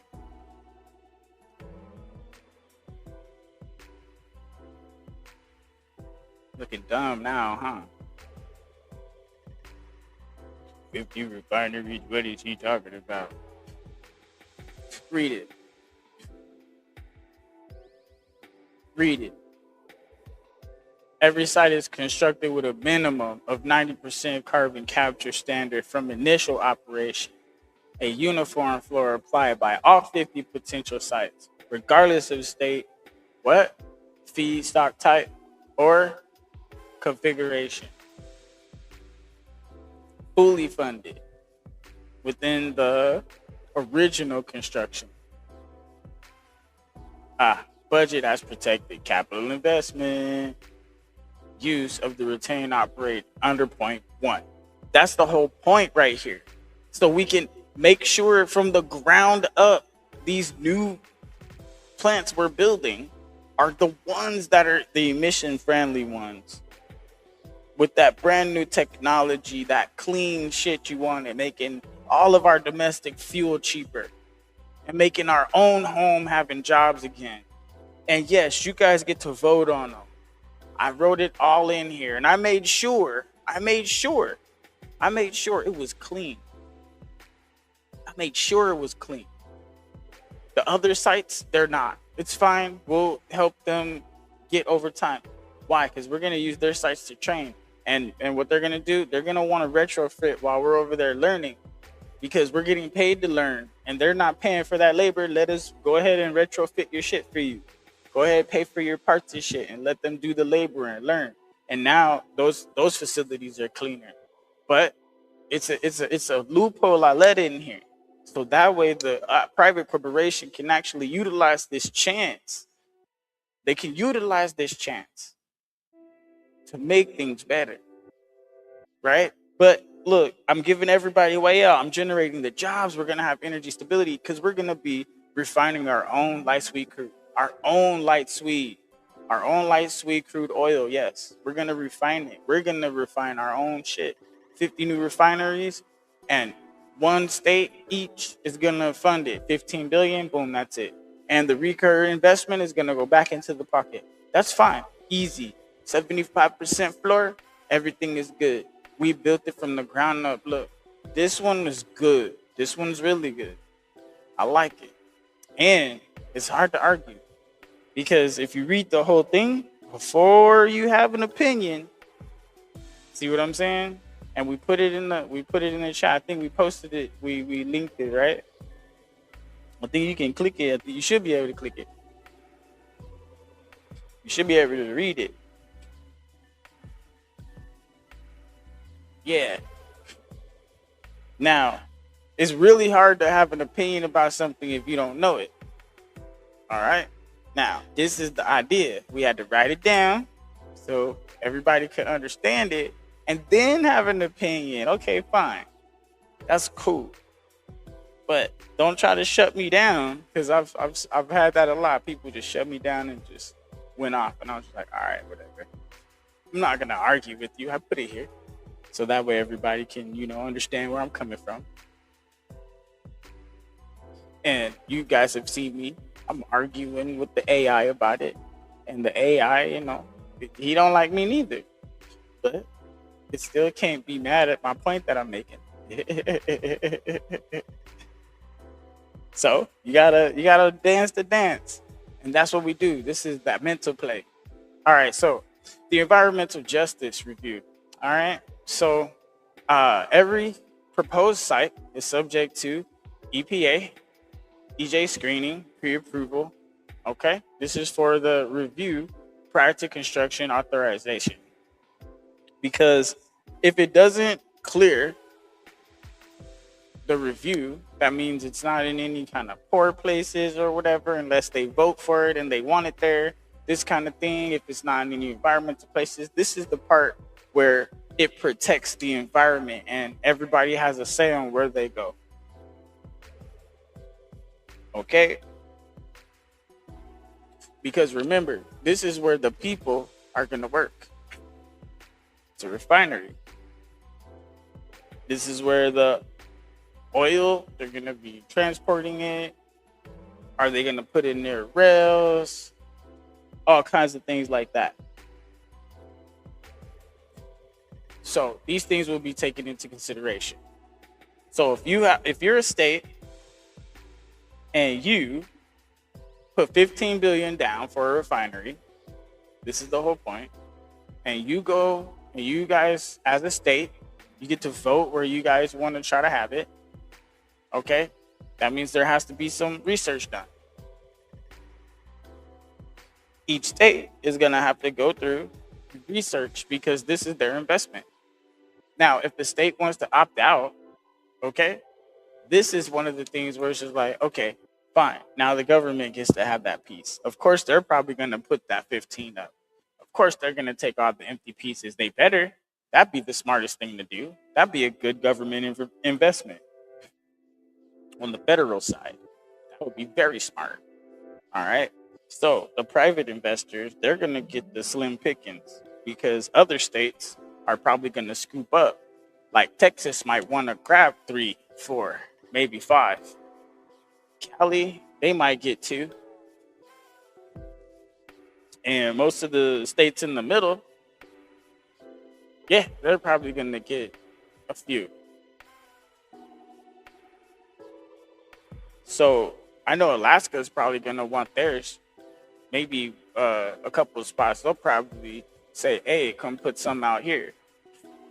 That'll be a lot of good jobs for Alaskans. And they can just come on and bring that on home. And if you want to be a boat, you want to buy some boats, American made and stuff like that, guess what? Those boats, yeah, those will be the ones that you can get that training and maybe some of that funding, because this is a thing. This is the kind of thing that we're trying to build. All right, we're gonna get this closed up pretty good. Now, with the mandatory community input trigger requiring direct local input before any flag sites may proceed, the EJ screening documented limitation, right, is acknowledged and residual gap mitigated by natural spread of best suited sites towards lower refinery dense interior or northern plains under one slot per state design, right? But this is mitigated dependent on the voluntary slot opt-in patterns. So that means whichever states can actually handle it, they can take maximum if agreed. You know what I mean? And if there's a consensus, right?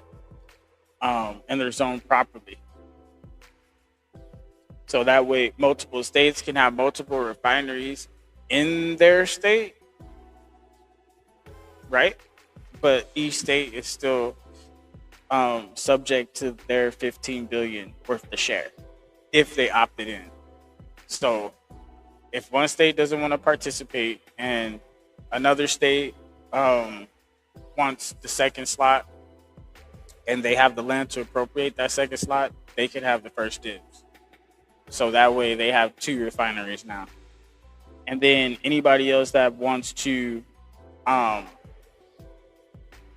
open up their refinery, let's say their state's too small, they can basically collaborate with one of the other states to see if they want to house another refinery, because that's going to be jobs in their state, and that will still be subjected to whatever state taxes they have and things like that. So these are things that have to be considered. That's why the sites have to be pre-approved. All right. Now,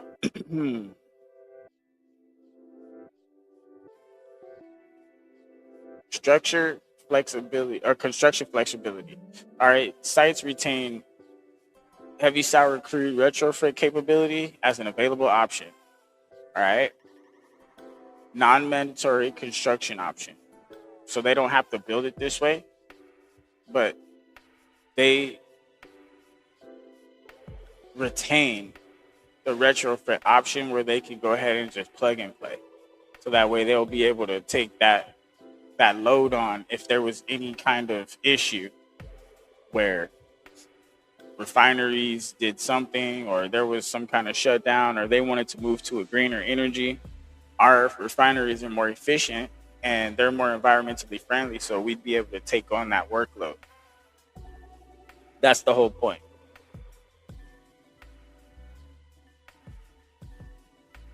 So that way we actually have that true bounce back. So that's why I built that in here. All right. So preserving the flexibility as domestic livestock, or the feedstock patterns or demand composition shifts over time, because the demand for the heavy sour crude oil might go away, and then the demand for the light sweet crude that we produce might go up because we're building our refineries. Now we can refine it. So now we can actually control our own market and be balanced, and we don't have to fight the foreign wars anymore, saving billions in taxpayers' money. And we already have these billions in taxpayers' money working for the taxpayer, making more money on itself. So that way that actual pot is growing. So it leaves room for more initiatives under this belt.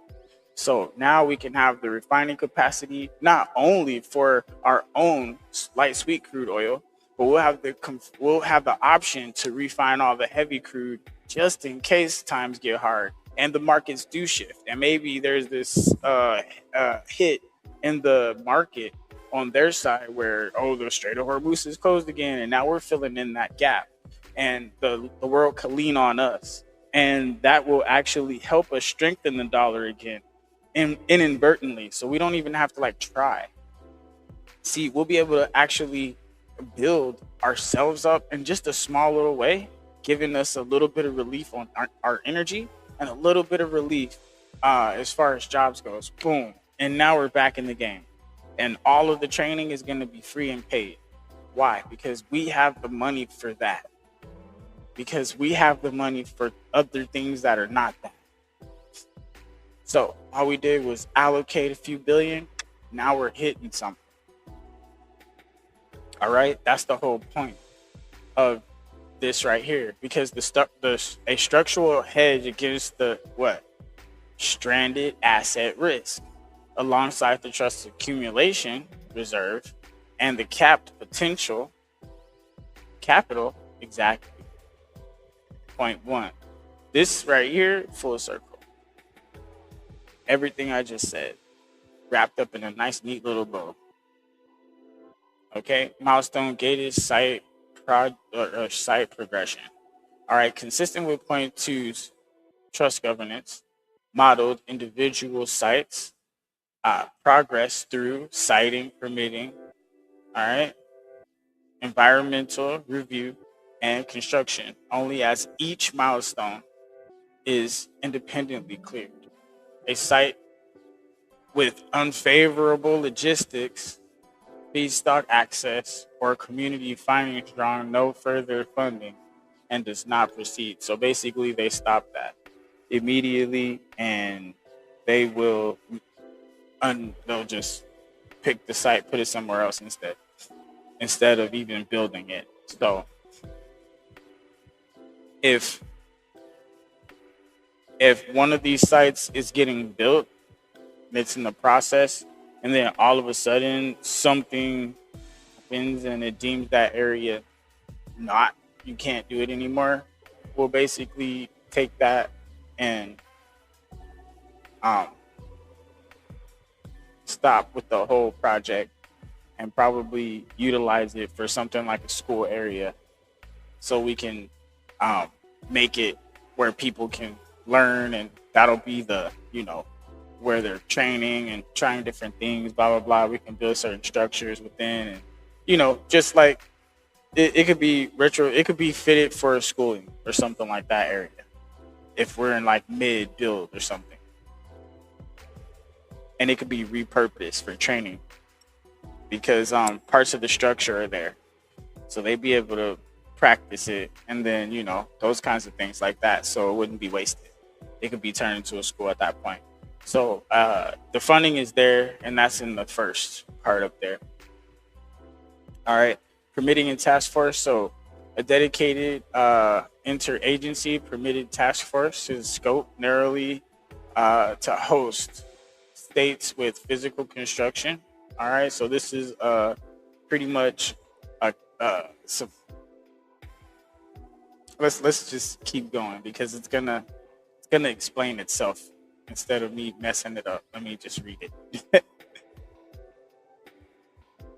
Those states where physical construction actually occurs.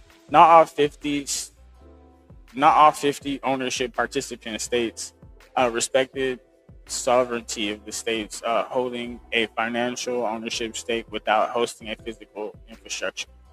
Okay, environmental review otherwise proceeds under the 2-year statutory EIS cap, okay, established by the Fiscal Responsibility Act, qualifying for expedient DOE NEPA streamline.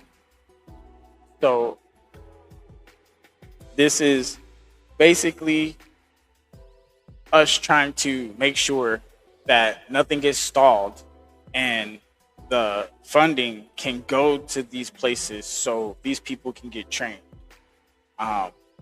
And the places that are supposed to be getting the refineries, as long as everything clears, they're in a good space and the people actually get a chance to vote where they should go. If it doesn't, it's going to generate jobs, so the people have a say. So when the sites get picked, all the different states are going to host them, all the way from Alaska all the way over here. There's going to be the Midwest. They're going to need a few of these refineries, and what's going to be beautiful about it is it's going to be able to stabilize not only our gas prices, it's going to generate the jobs that people are looking for. The vets are already prioritized. So if a vet goes and applies for this, they're getting paid training. Anybody that's coming through, all the schools are going to get the option to accept the scholarship money for teaching these courses and getting people, retirees and things like that, getting people involved that know this to teach these classes and learn and things like that. And all the different corporations that have the infrastructure to host these kinds of trainings and different situations, they can actually host it and set projects around their own site, and they can pay for their parts and stuff. But those laborers and those people training, they're actually going to get paid for that work, so you don't have to pay them. And they're going to actually use your facility to learn. And if you wanted to do some retrofitting and things like that, you could actually have them take on those projects and use it as a learning opportunity to build up your own refinery to make it up to code. And these kinds of things like this, these opportunities will be there. So that way they're actually getting hands-on training and you're actually getting some work done. Plus, the tax opportunities, because the government's going to be able to still, tax these jobs as regular, and this would be a new core, like where I made it based where, like, how you go into the army, you enlist and they pay you and blah blah blah. That's pretty much what this is. You're like being recruited and you're enlisting, and that's pretty cool. And this is for enlisting for this specific trade skill. And we need our 50 refineries for our sweet light crude. We need our refineries. It's time to refine our own oil so we can go ahead and just kick ass, right? And this is the citizenship and security right here. Now, this clearance secure for citizens. This is the security for the structure. Now, if the citizens, you are a U.S. citizen, you know who you are. This job, you can walk into it, and you're going to get paid for training. All right? Show up, learn, do the job, kick its ass. Be ready for the dirt to get cracked, because you're going to be there watching, looking, watching maps, learning, seeing what's going to get put in the ground. The pipe fitters are going to come in. They're going to dig these holes. Boom, boom, boom. You're going to be watching this thing get built from the ground. And this is going to be the new career. Refineries. American made. Trucking. This is going to change things because there's a need for it. They're building drones. Manufacturing is going to go up. This is going to be an injection into our economy from our people. And that's why we have to get on board. That's why we all have to see, okay, cool. I pinned it, right? I think I pinned it. Click it. Click it. We did that. That's what we're reading right now. This is the last point. This is it. 5, that's it. 5 is the last one. And then that's your citations. This is all the little sites and shit here. You can click on them. And you can go and read the shit. These are all the different sites it was talking about. Electric company reliabilities. Giving you the comparisons. And that's it. That's it, G. This is just the site. You can click it. Click the little thingy. It should let you. Pretty sure I made it public.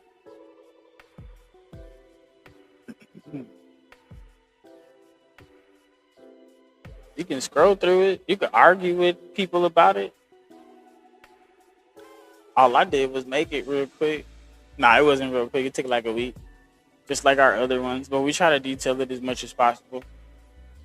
But I just wanted you guys to be able to see it because I'm finna have the AI talk about it real quick.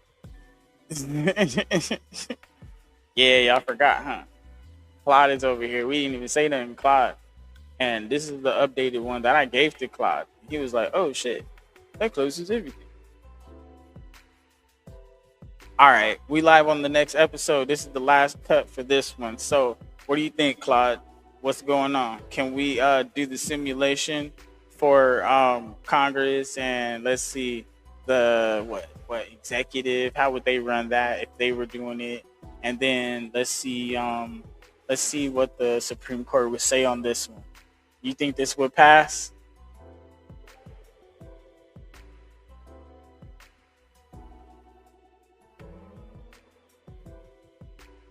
Oh, that's a fun pivot. Running an actual mock floor debate and executive review simulation, rather than more opposition items.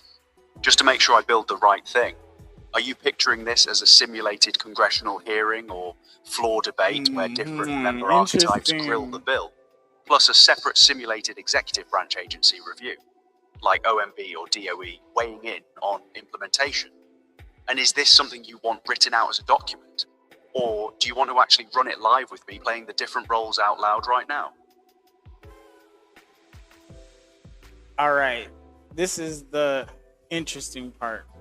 So yeah, let's run them separate and let's run it out loud because we got to see this. We got to see like if any of this is a thing, because if there's gonna be a debate, I want to hear it. I want to hear the debate. All right, let's do this live. I'll run it in 2 parts. First, a congressional floor debate with different member types actually arguing it out. Then a separate executive agency review. Let's start with Congress. Setting the scene, this is floor debate on the Energy and Job Security Stability Initiative. A fiscally conservative member opens $750 billion of federal exposure for a government-run oil enterprise. This is exactly the kind of program our framers warned about. Why is Washington getting into the refinery business at all, when private industry could build these if the economics actually worked? A pro-Labour Democrat responds, the economics haven't worked for decades because private capital had zero incentive to build refining capacity in underserved states. This bill creates union jobs with real bargaining rights and a veteran's preference. That's not overreach, that's overdue investment. A Gulf Coast state Republican, protective of existing industry, pushes back differently. My concern isn't ideology, it's competition. You're chartering a subsidized federal competitor against private refiners who already operate in my state. How is that fair to the companies already doing this job? Want me to keep running this exchange with more voices, or jump in yourself as one of these members and argue back? Should I say something? Should I say something? Should I say something? Because they're over here shooting word salad. Let's see how I would do in the congressional hall. Let's see. Yeah. Let's see what they talk about. I'm gonna read this one more time. Okay. All right. So $750 billion.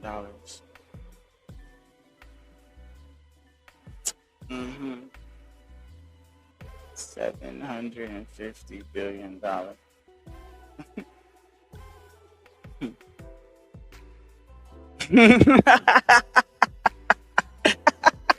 Yo, there's so many things I want to say to this, yo.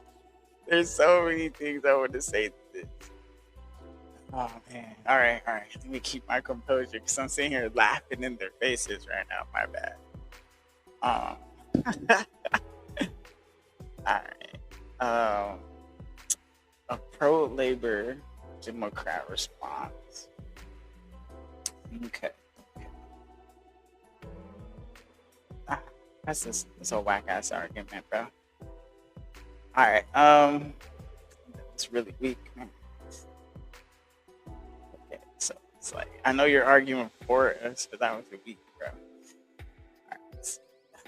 He says take the industry. Okay. Subsidized competitor. Yeah, I'll say something actually. So I'm gonna say that you are saying that this is a competition, but nobody's doing it. So therefore, that is not competition. What we have is a need, and what we have is a hole. And what we have is 750 billion that's sitting there about to get burned on nothing, instead of being burned on the people for once. And this is going in a trust. That trust will accumulate its own money over time, and it will fund many jobs. Not only that, the school. All of the people want free school, right? We have the money.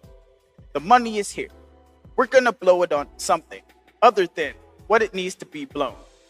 So we might as well invest in the people for one time. We've spent more on less for nothing. And this one time, we're asking for a trust for the people, by the people. It's 15 billion per state. I don't understand the argument. Everybody is optional. It's a volunteer. If you don't want to, don't. But the rest of us should have a say. And we should be able to put our money. And if we want to fill that spot, well, let us. Private investors are last. at least they have a chance. But they're still held to the same stewardship. That landed hard. Let me let the room react to it in character.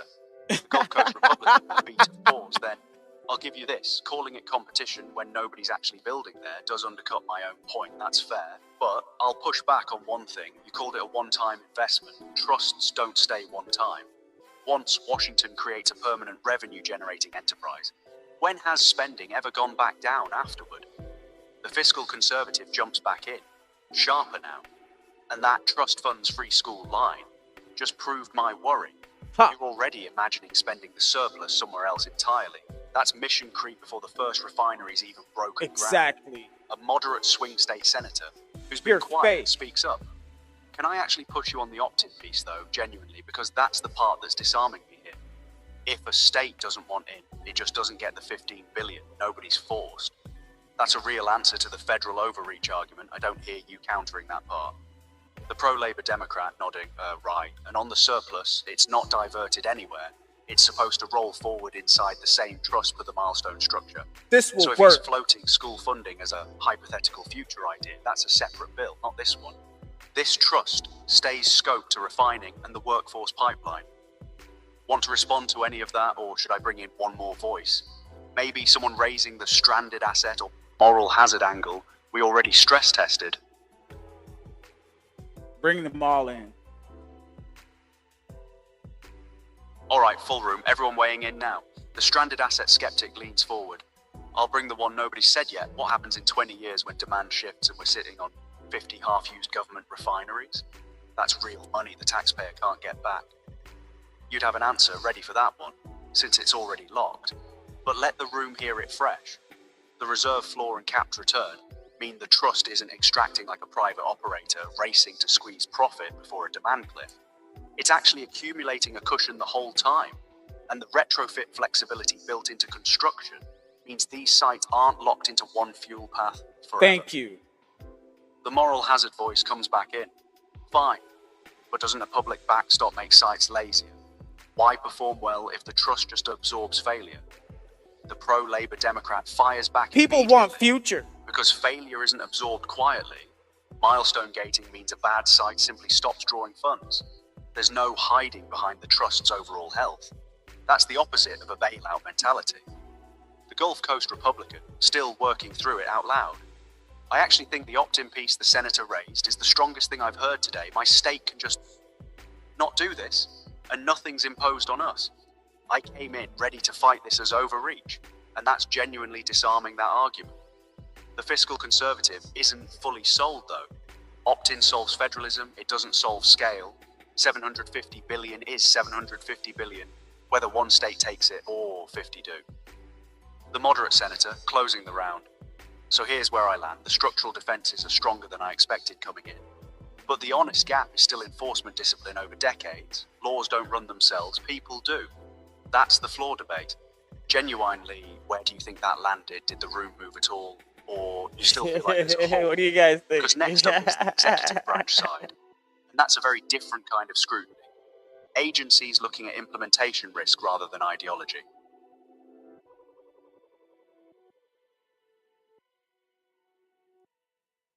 All right, bring us back to the next hearing after this. And let's see, ending from where we're at on the debate, if that's what we're actually going to debate about. Got it. We'll pick the floor debate back up in a future session, exactly where we left off. Moderate senator's closing point about enforcement discipline being the real remaining question rather than the structural design. That's a good cliffhanger to reopen on. For today, do you want to go ahead and run the executive branch simulation now while we're in the room? Or save that for next time too and call it here? Go ahead and run the executive branch simulation in the room, and then we can move to the next simulation. All right, shifting the room. Congress has passed it. Now it's sitting on agency desks for implementation review. Different voice entirely, less ideology. More, how does this actually get built? The OMB budget examiner opens, dry and procedural. 750 billion in authorized capital across 50 potential sites. My first question is, disbursement mechanics, milestone-gated release sounds good on paper, but who at Treasury actually certifies a milestone is cleared? And what's the appeals process when a state disputes that determination? The DOE implementation lead responds, that runs through the trust's board structure. DOE would likely serve as the technical certifier for construction and environmental milestones, specifically feeding findings to the board. Treasury just executes the disbursement once certified, no ambiguity on who holds the pen. The GAO oversight rep jumps in, skeptical. That's clean in theory, my concern is capacity. GAO and an OIG auditing 50 simultaneous sites plus a multi-hundred billion trust corpus is a massive workload increase. Has anyone modelled whether current Inspector General staffing can actually handle that volume? Or are we authorising oversight on paper that's underfunded in practice? No. The EPA regional administrator raises a different flag. Definitely. EJ screen review at 50 sites simultaneously, even staggered, means 50 separate community input processes.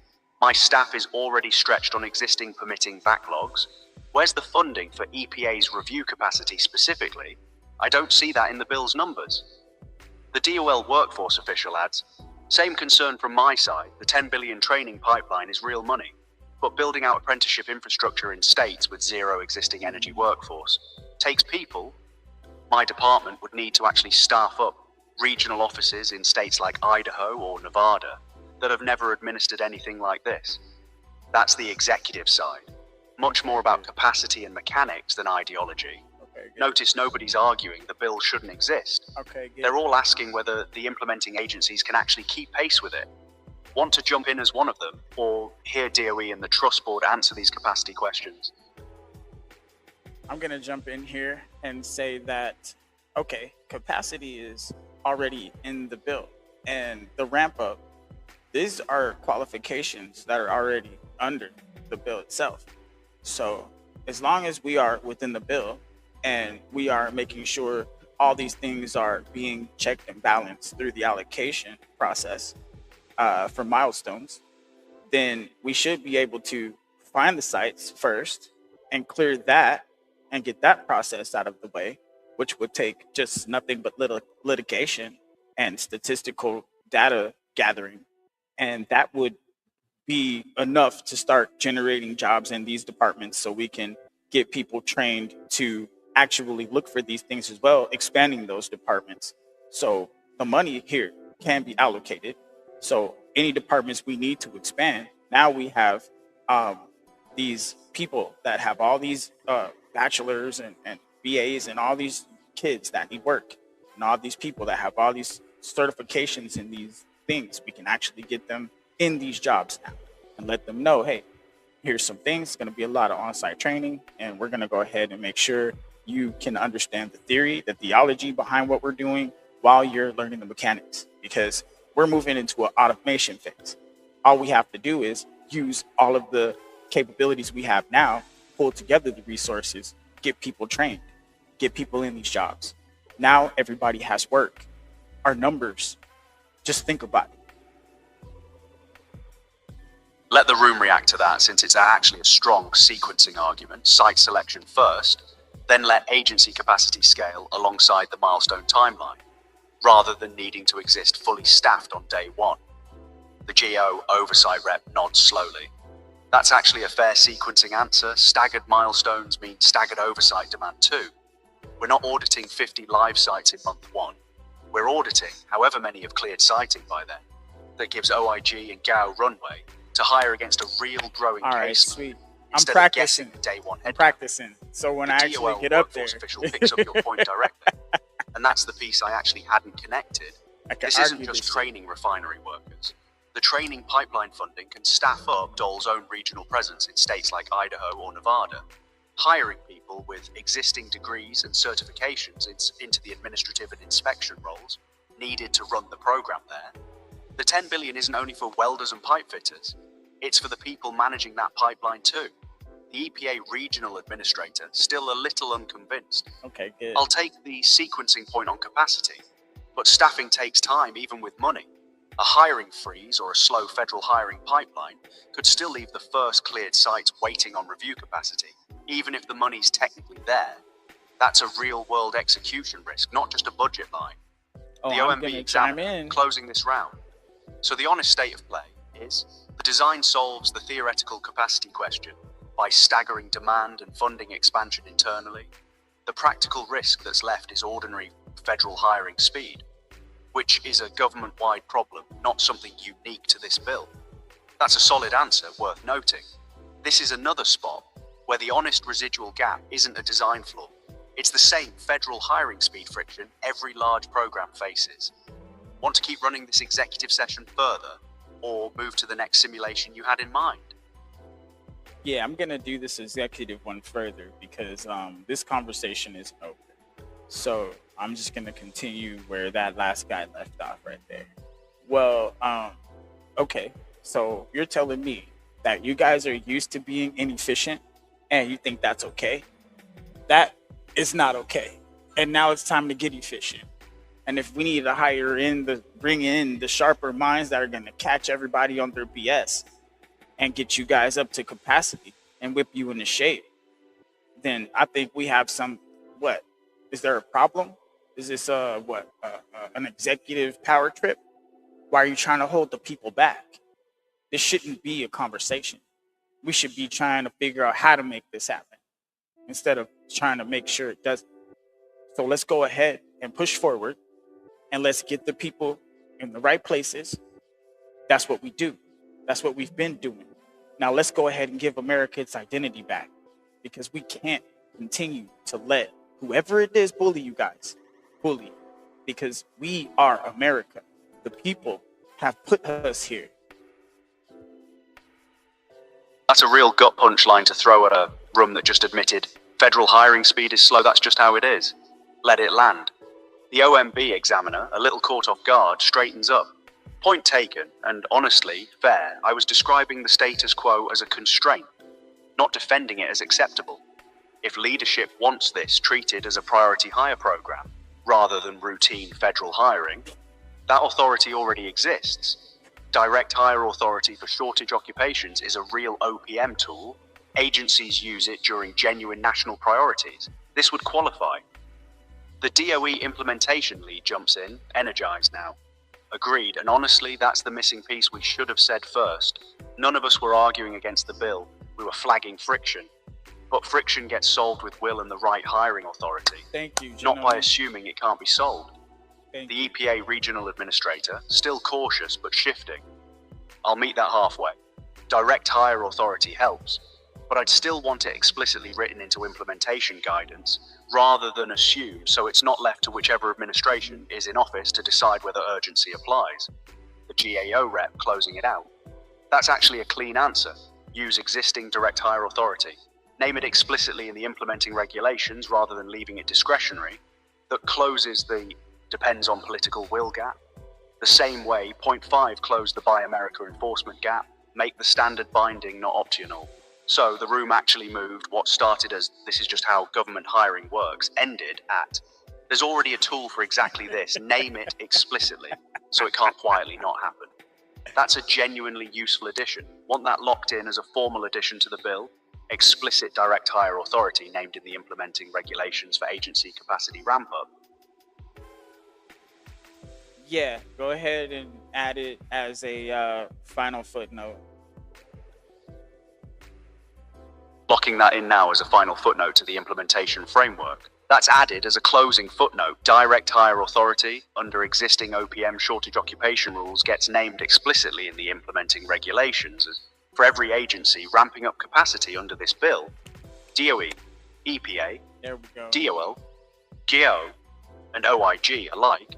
So it's a binding standard rather than something left to whichever administration happens to feel like prioritizing it. I'll put it at the bottom. That closes the executive branch simulation on a strong note. Well, paired with an actual existing tool, not a wish. That's 2 full simulations in the books today.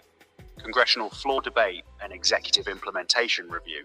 Both surfaced real refinements without breaking anything. Let's go ahead and finish that congressional hearing number 2. Let's leave off. Let's start where we left off because we need to get this done over here.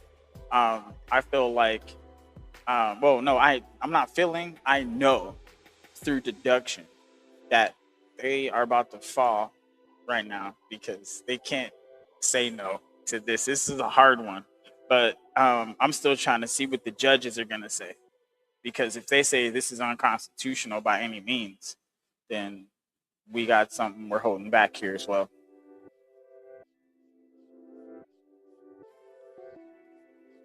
All right, picking the floor debate back up exactly where we left it.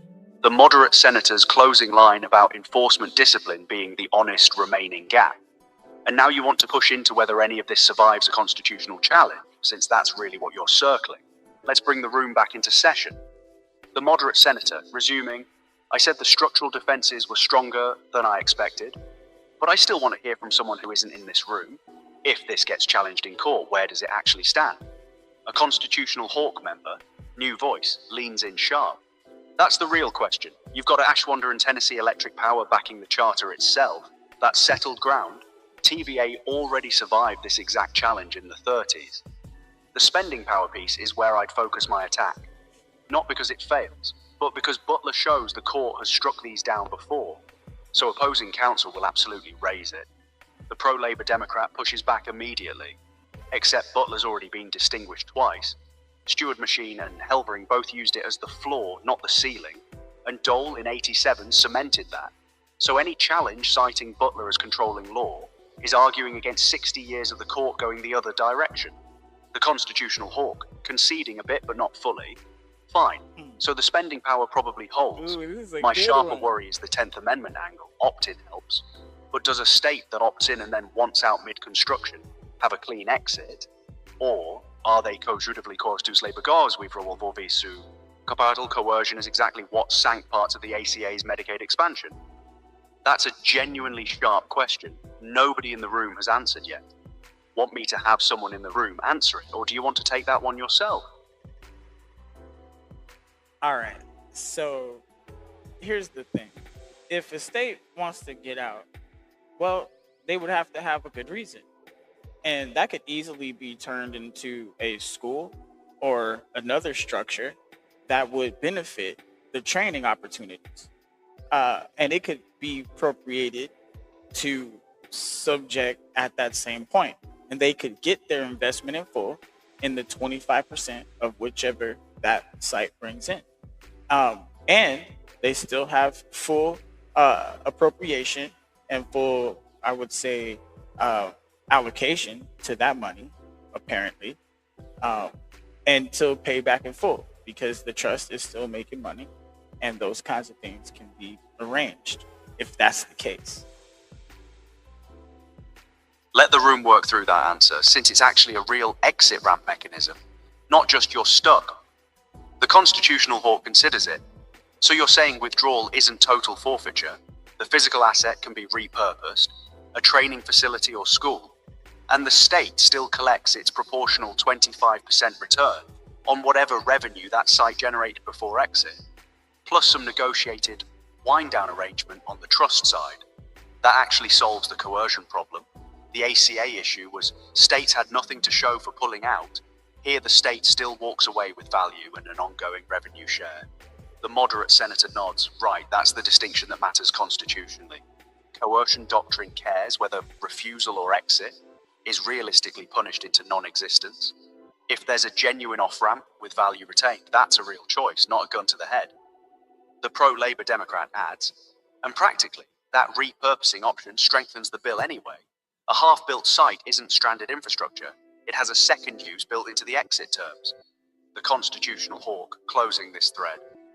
I'll say it plainly then, I came in looking for the 10th Amendment challenge that could actually sink this, and I don't have one anymore. Spending power holds under Dole, opt-in defeats commandeering, and now exit isn't coercive. If this goes to court, I think it survives. That's the room landing on it standing up constitutionally. Genuinely the strongest note this debate has hit yet. Where do you want to take it from here? Keep pushing the floor debate further? Or is that the note you wanted to end this episode on? Well, if there was any other pushback for this, it should be stated immediately. If this is good for the people or if this is just not good for the people, nonetheless, because I still want to make sure it holds up to liberty, the pursuit of happiness, and the rest of the Constitution. because as long as this is good and we can all agree on doing something good, I believe that we could do more good things. That's the real closing question of the episode. Let the room answer it plainly, since you're asking them to drop the technical hats for a second. The moderate senator goes first. Cutting past the mechanics, does this serve the people? 50 states get a choice, not a mandate. Workers get real bargaining power. Veterans get preference. And profit doesn't get extracted before people get paid. That's not a taking, that's an offering. I don't see a liberty violation anywhere in it. The pro-Labour Democrat. Pursuit of happiness isn't just a phrase, it's opportunity. And this bill manufactures opportunity in states that had none. That's about as constitutionally aligned as a jobs bill gets. The constitutional hawk, who fought hardest all episode, gives the last word. I came in trying to break this.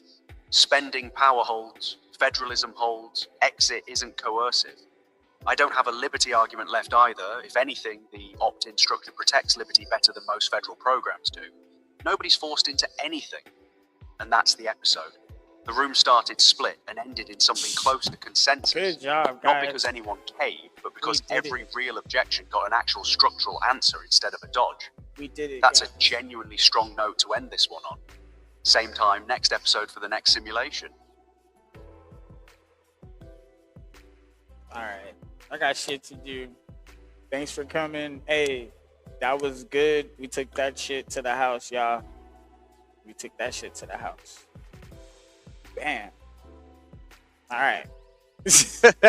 I just gotta put that last little line in the bottom right there.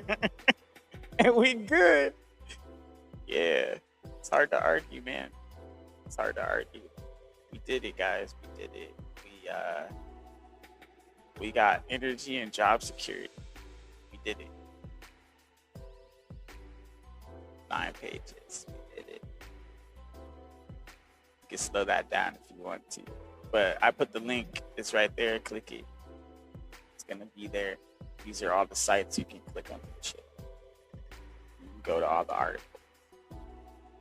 All right. So we did that. All right. Just so everybody knows, it took us a week. So we just wanted to finish this up. That's what Monday is.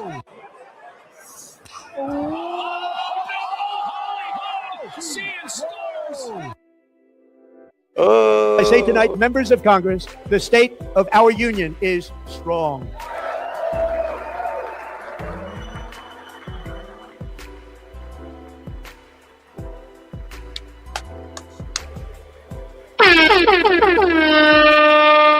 Our country is winning again. In fact, we're winning so much that we really don't know what to do about it. People are asking me, please, Mr. President, we're winning too much. We can't take it anymore. We're not used to winning in our country. Until you came along, we're just always losing, but now we're winning too much. And I say, no, you're going to win again. You're going to win big. You're going to win bigger than ever. And to prove that point, here with us tonight is a group of winners who just made the entire nation proud. Let's go. We did that, y'all. This shit passes. They can't argue with us. They trying to take us down, but they can't argue with us. Hey, look, it's cool. Once you read it, you ain't gonna argue with this either. You're gonna be like, damn. So I'm gonna put that last little line at the end. We're gonna do update 5, and that's the end of it. Boom, boom, boom. Hey, we did that. Y'all ready? Good job, guys. We beat another boss. They can't stop us. Don't let me get in office. Don't vote for me, y'all. Don't vote for me, because I'm gonna hit them with the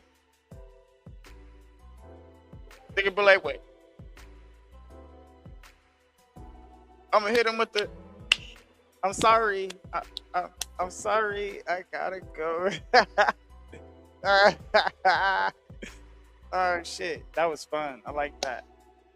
Anyways, this is what we do. We mind bend. We go ahead and we actually put shit together. You feel me? We spent more on less. So I don't know what they talking about.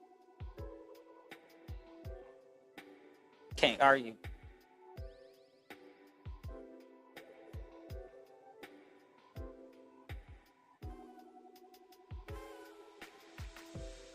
Dang.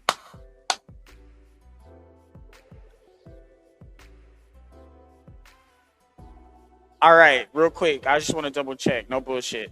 What's the percentage of chance of any of that actually happening if it did happen? Real answer, no cheerleading. This bill, as a whole, actually getting introduced, passed by Congress, and signed into law, roughly as structured, I'd put in the low single digits, something like 1 to 3% over the coming several years. Here's why. The legal architecture is genuinely sound. We've stress tested it hard, and it holds up against real precedent. But a bill's legal soundness has almost nothing to do with whether it passes. $750 billion in new federal capital exposure is a massive lift in any Congress.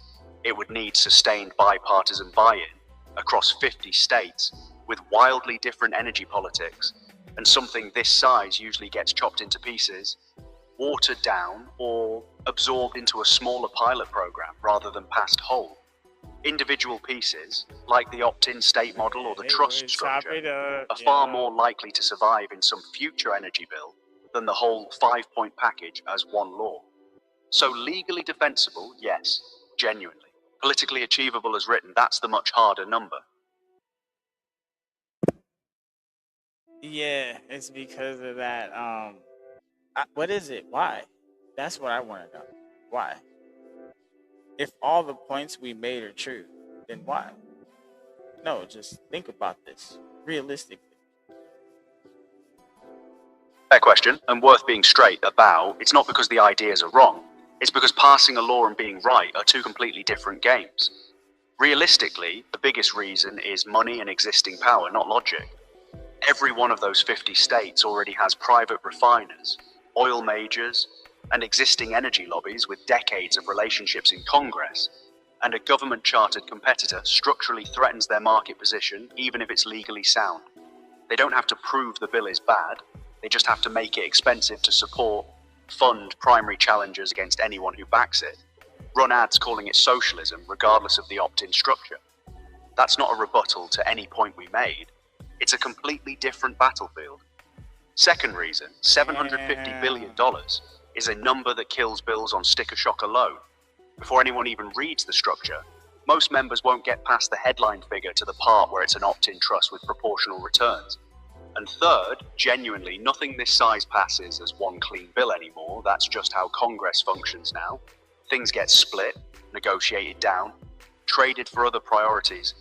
So the honest answer to your why is, being correct on the merits was never the bottleneck. Passing anything at this scale is a bottleneck of entrenched interests and legislative habit, regardless of whose idea it is. I want to have this argument with the Congress, because if this is the real argument, all these points you just made, then that's their real argument, and we need to address this. Now that's the actually useful move. Stop guessing what they'd say and go get the real objections on record. That confirms the real world pattern. Government competes with industry is a well-worn, established argument. Groups like Heritage Foundation and the Business Coalition for Fair Competition have made it their standing position for decades. Plus, the American Petroleum Institute spends millions a year in lobbying specifically to protect existing industry incumbents. That's exactly the same argument our Gulf Coast Republican voice raised. Here's the honest picture.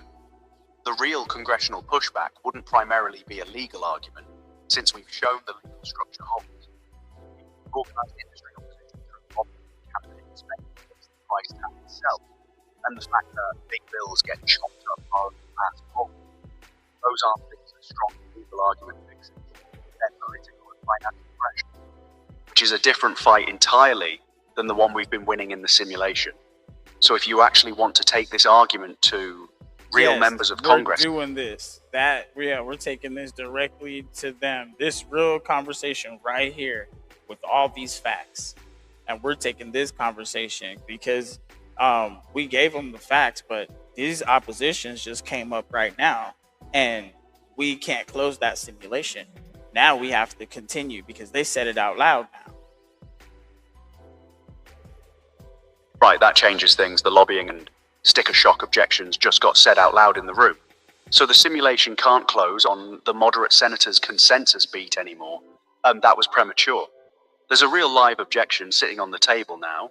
Let me get you real ammunition first, since that's what actually answers it. Good. Now I actually have real ammunition. Here's how this reopens the room. The moderate senator doesn't get the clean close anymore. Someone new speaks up first.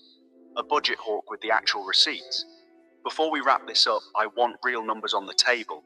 TARP, the bank bailout, cost taxpayers roughly $700 billion authorized, ended up costing around $30 billion net after recovery, and Congress passed that in about 2 weeks flat during a crisis. No opt-in states, no proportional return structure, no trust corpus, nothing like the accountability layers in this bill. And meanwhile, we're currently handing the existing fossil fuel industry somewhere between $30 and $40 billion a year in direct subsidies with zero equity stake and zero return to the taxpayer at all. That's the actual answer to the sticker shock and lobbying objection, not a legal argument, a spending precedent argument. We already pay real money into this exact sector every single year, with none of the safeguards this bill has angry position bigger and less structural intro weeks when a different industry needed saving. The fiscal conservative pushes back once more. That's not nothing, but a bailout is reactive. A crisis response, this is proactive. $750 billion committed upfront with no emergency forcing our hand, that's a harder sell politically, even if the structure's better. The budget hawk closing this round. Fair, but that's a framing problem, not a numbers problem. This can be pitched as getting ahead of the next energy crisis, instead of bailing out after one, which is actually the more fiscally conservative instinct, not less. That's a genuinely sharper closing argument than before. Real numbers, real precedent, and a reframe of proactive versus reactive spending. Want this locked in as the standing answer to the cost objection, with the TARP and subsidy figures cited directly in the bill's opposition file.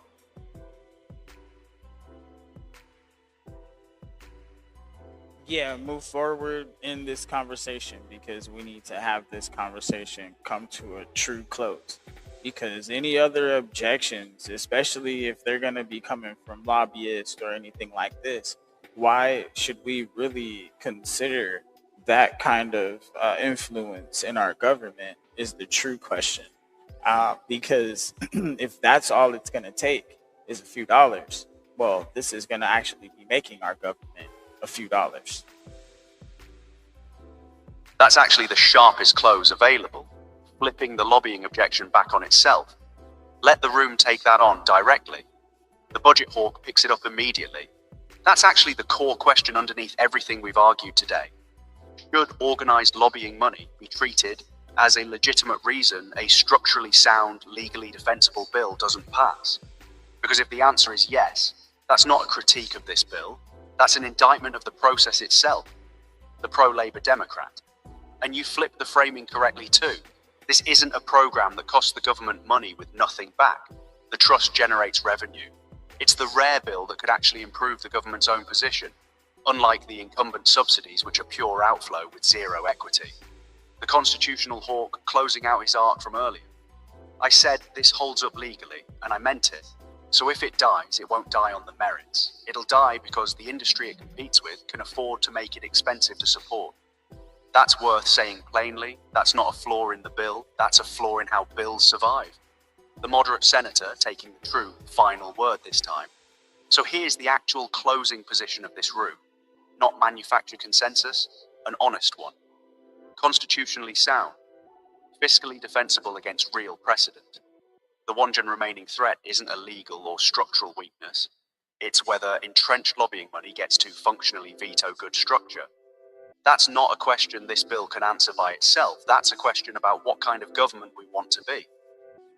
That's the true close, Emperor. Not the room agreeing the bill is perfect, but the room agreeing on exactly where the real fight actually is, and it isn't in the bill's text at all. Want me to write that final exchange, the lobbying as veto question, into the document as the closing statement of the whole opposition record? Yeah, you can add that on the record. But we need to finish this conversation because we need to figure out where we stand.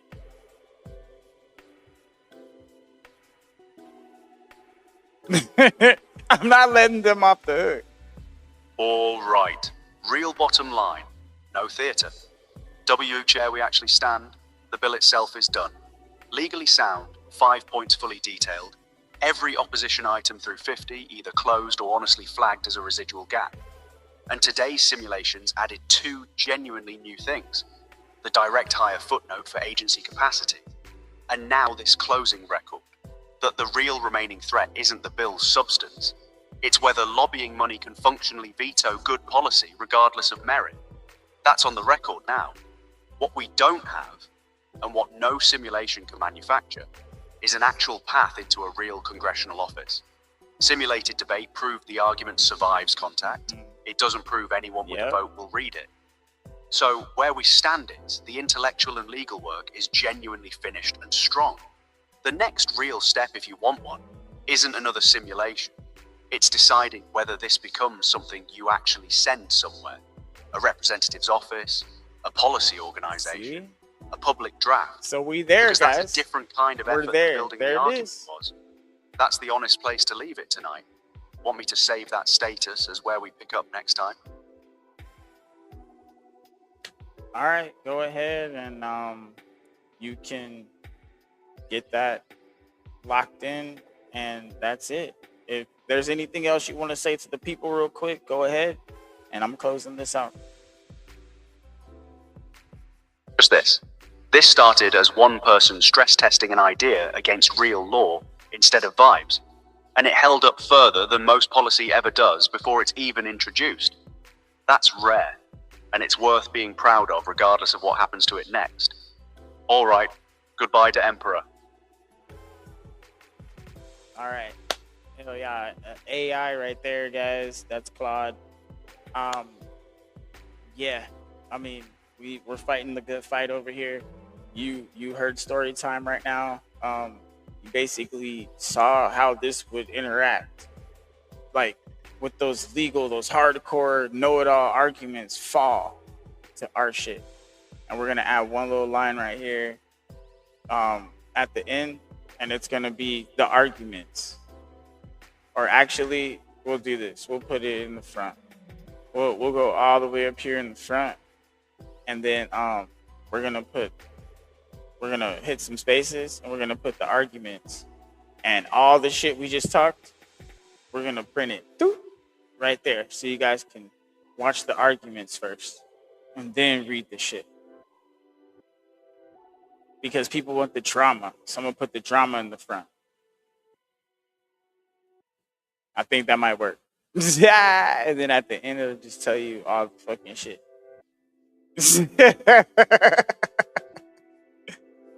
There. That way it'll be done. And you got all the juicy stuff first. Because if I put all the juicy stuff at the end, ain't nobody ever gonna get there. So I put all the juicy stuff right here. Right in front of this first line. I'll put all the juicy stuff. Fully updated. Final draft. Boop. And it's gonna be a story like a book. It'll be a small little book. You can read all the drama. Oh my god, what? They really have this argument? And then you'll get to the back and be like, oh shit. Oh, this thing is lit. Why isn't this our thing? Boom. Next thing you know, we on fire. Alright. So I'm gonna try to figure out how to do some of this. Whatever. Alright. Much love to you guys. We up out of here, right? It's time for me to shut. Get ready.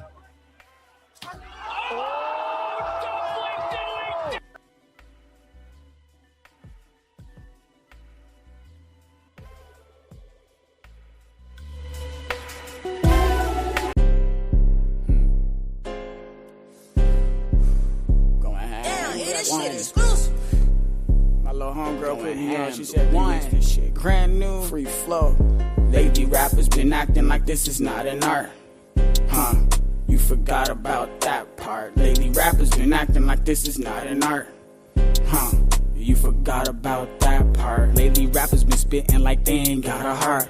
Because when I step to the game, I rip that shit apart. My evolution with the If you do not want to change, the whole world is in my cart. if you do not want to better yourself, if you do not want to break beneficial functionality and strategize smart. if you want to live in your comfortable delusion only if the that they have universe built keeps dealing for you. shitty cards. I'm trying as hard as I can against all of the odds. not Pushing as hard as I could is what watch got me these so far. Leave But this what are channel. my chances of actually reaching the stars? Still, I If will you never get up tatted do over not my heart. want Never any my truth, thoughts hiding in my weed don't up want in to the understand. jar. If you are not Middle here Eastern looking ass to like I'm Jafar. When it comes hear to the game, something I'm an ego, that's you're outside par. of your Please own don't get to mind slipping. and I'ma accept catch you off others' guard while you minds and chilling in the opinions, crib, the way got they your chick think in for my car. themselves. You do Every not time belong. you hear it tripping like that shit sounds bizarre. And finally, Your favorite rapper try if you hard, are still not is a trying mark. to Still be like fuel positive, to the game, watch if you it are spark. not trying My to lines help burn like create blunts, getting solutions smoked while we in the discuss dark. the Hella problems cooking and how shit they up. got here, If your ass wanna spar, you do not barbecue belong your here. beef up like the Negativity, seats in my car. Cool hate, yourself up, disrespect, refrigerators, name jar. calling, Rappers, those they things will rappers, not be allowed here on this platform and not in this empire. We are the ones, the true Americans, that want to be free and stand as we have always stood.